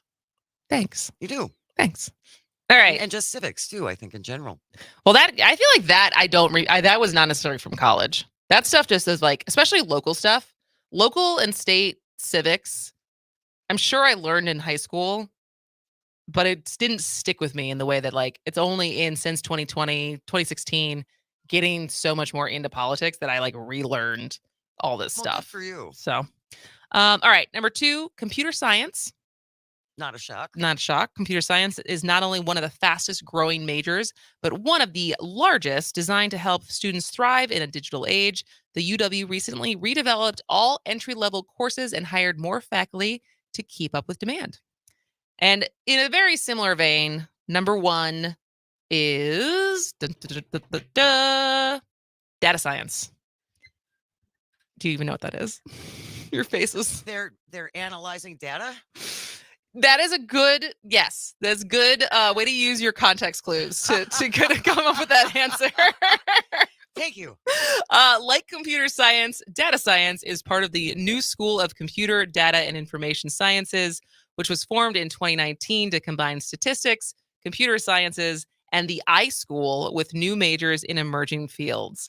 And that is actually a big one because you think about how much data is created every second, every minute, and how much data is constantly being collected, by every company that is using that data to then make decisions. Right. And so being able to help understand and do stuff with that data is a very, very valuable skill. So I just look at this list and I don't see a lot of like, soft liberal arts, like squishy majors, which, some might argue is we still need those people, right?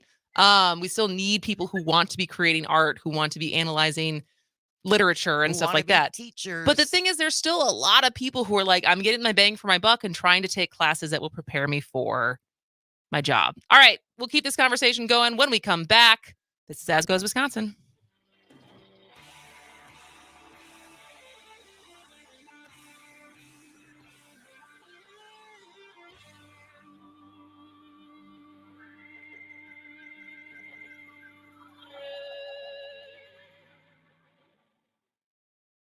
Eric was way behind on his taxes. I owed a lot of money to the IRS, almost $15,000. I tried to make payments. The IRS wasn't satisfied with Eric's efforts, so they came after him full force. They're coming to put a lien and a hold on all my income, my home, my car. I was just overwhelmed at what to do. Then Eric called Optima Tax Relief. When Optima Tax got involved, the calls would stop, the threats would stop. It was easy like 1, 2, 3. Optima Tax Relief is A+ rated by the Better Business Bureau, and their team of expert tax professionals took care of Eric's problem. I owe $15,000, and now my debt is clean. I don't owe anything. Take Eric's advice. If you have a tax problem, you need to call Optima Tax now. Call Optima Tax Relief for a free consultation. Call 800-343-6460. 800-343-6460. 800-343-6460. Optima Tax Relief. Some restrictions apply. For complete details, please visit OptimaTaxRelief.com. Missed your favorite show live on air? It's easy to find what you enjoy wherever you listen to podcasts, including Spotify, Apple, and Google Podcasts. And we're always streaming on TuneIn and the Civic Media app. Finish your high school diploma for you and your family. Visit finishyourdiploma.org to find free adult education centers near you. Brought to you by the Dollar General Literacy Foundation and the Ad Council.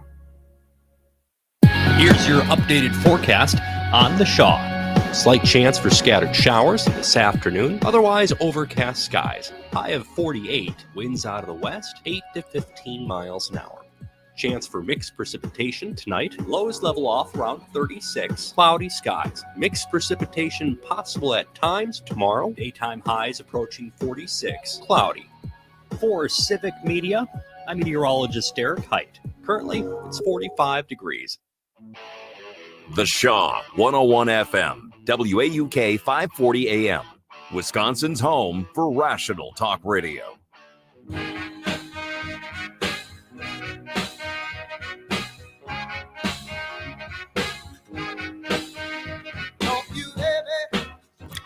Welcome back to As Goes Wisconsin. I am Kristen Bry. She is Jane Madnair. What did you major in and what do you do now?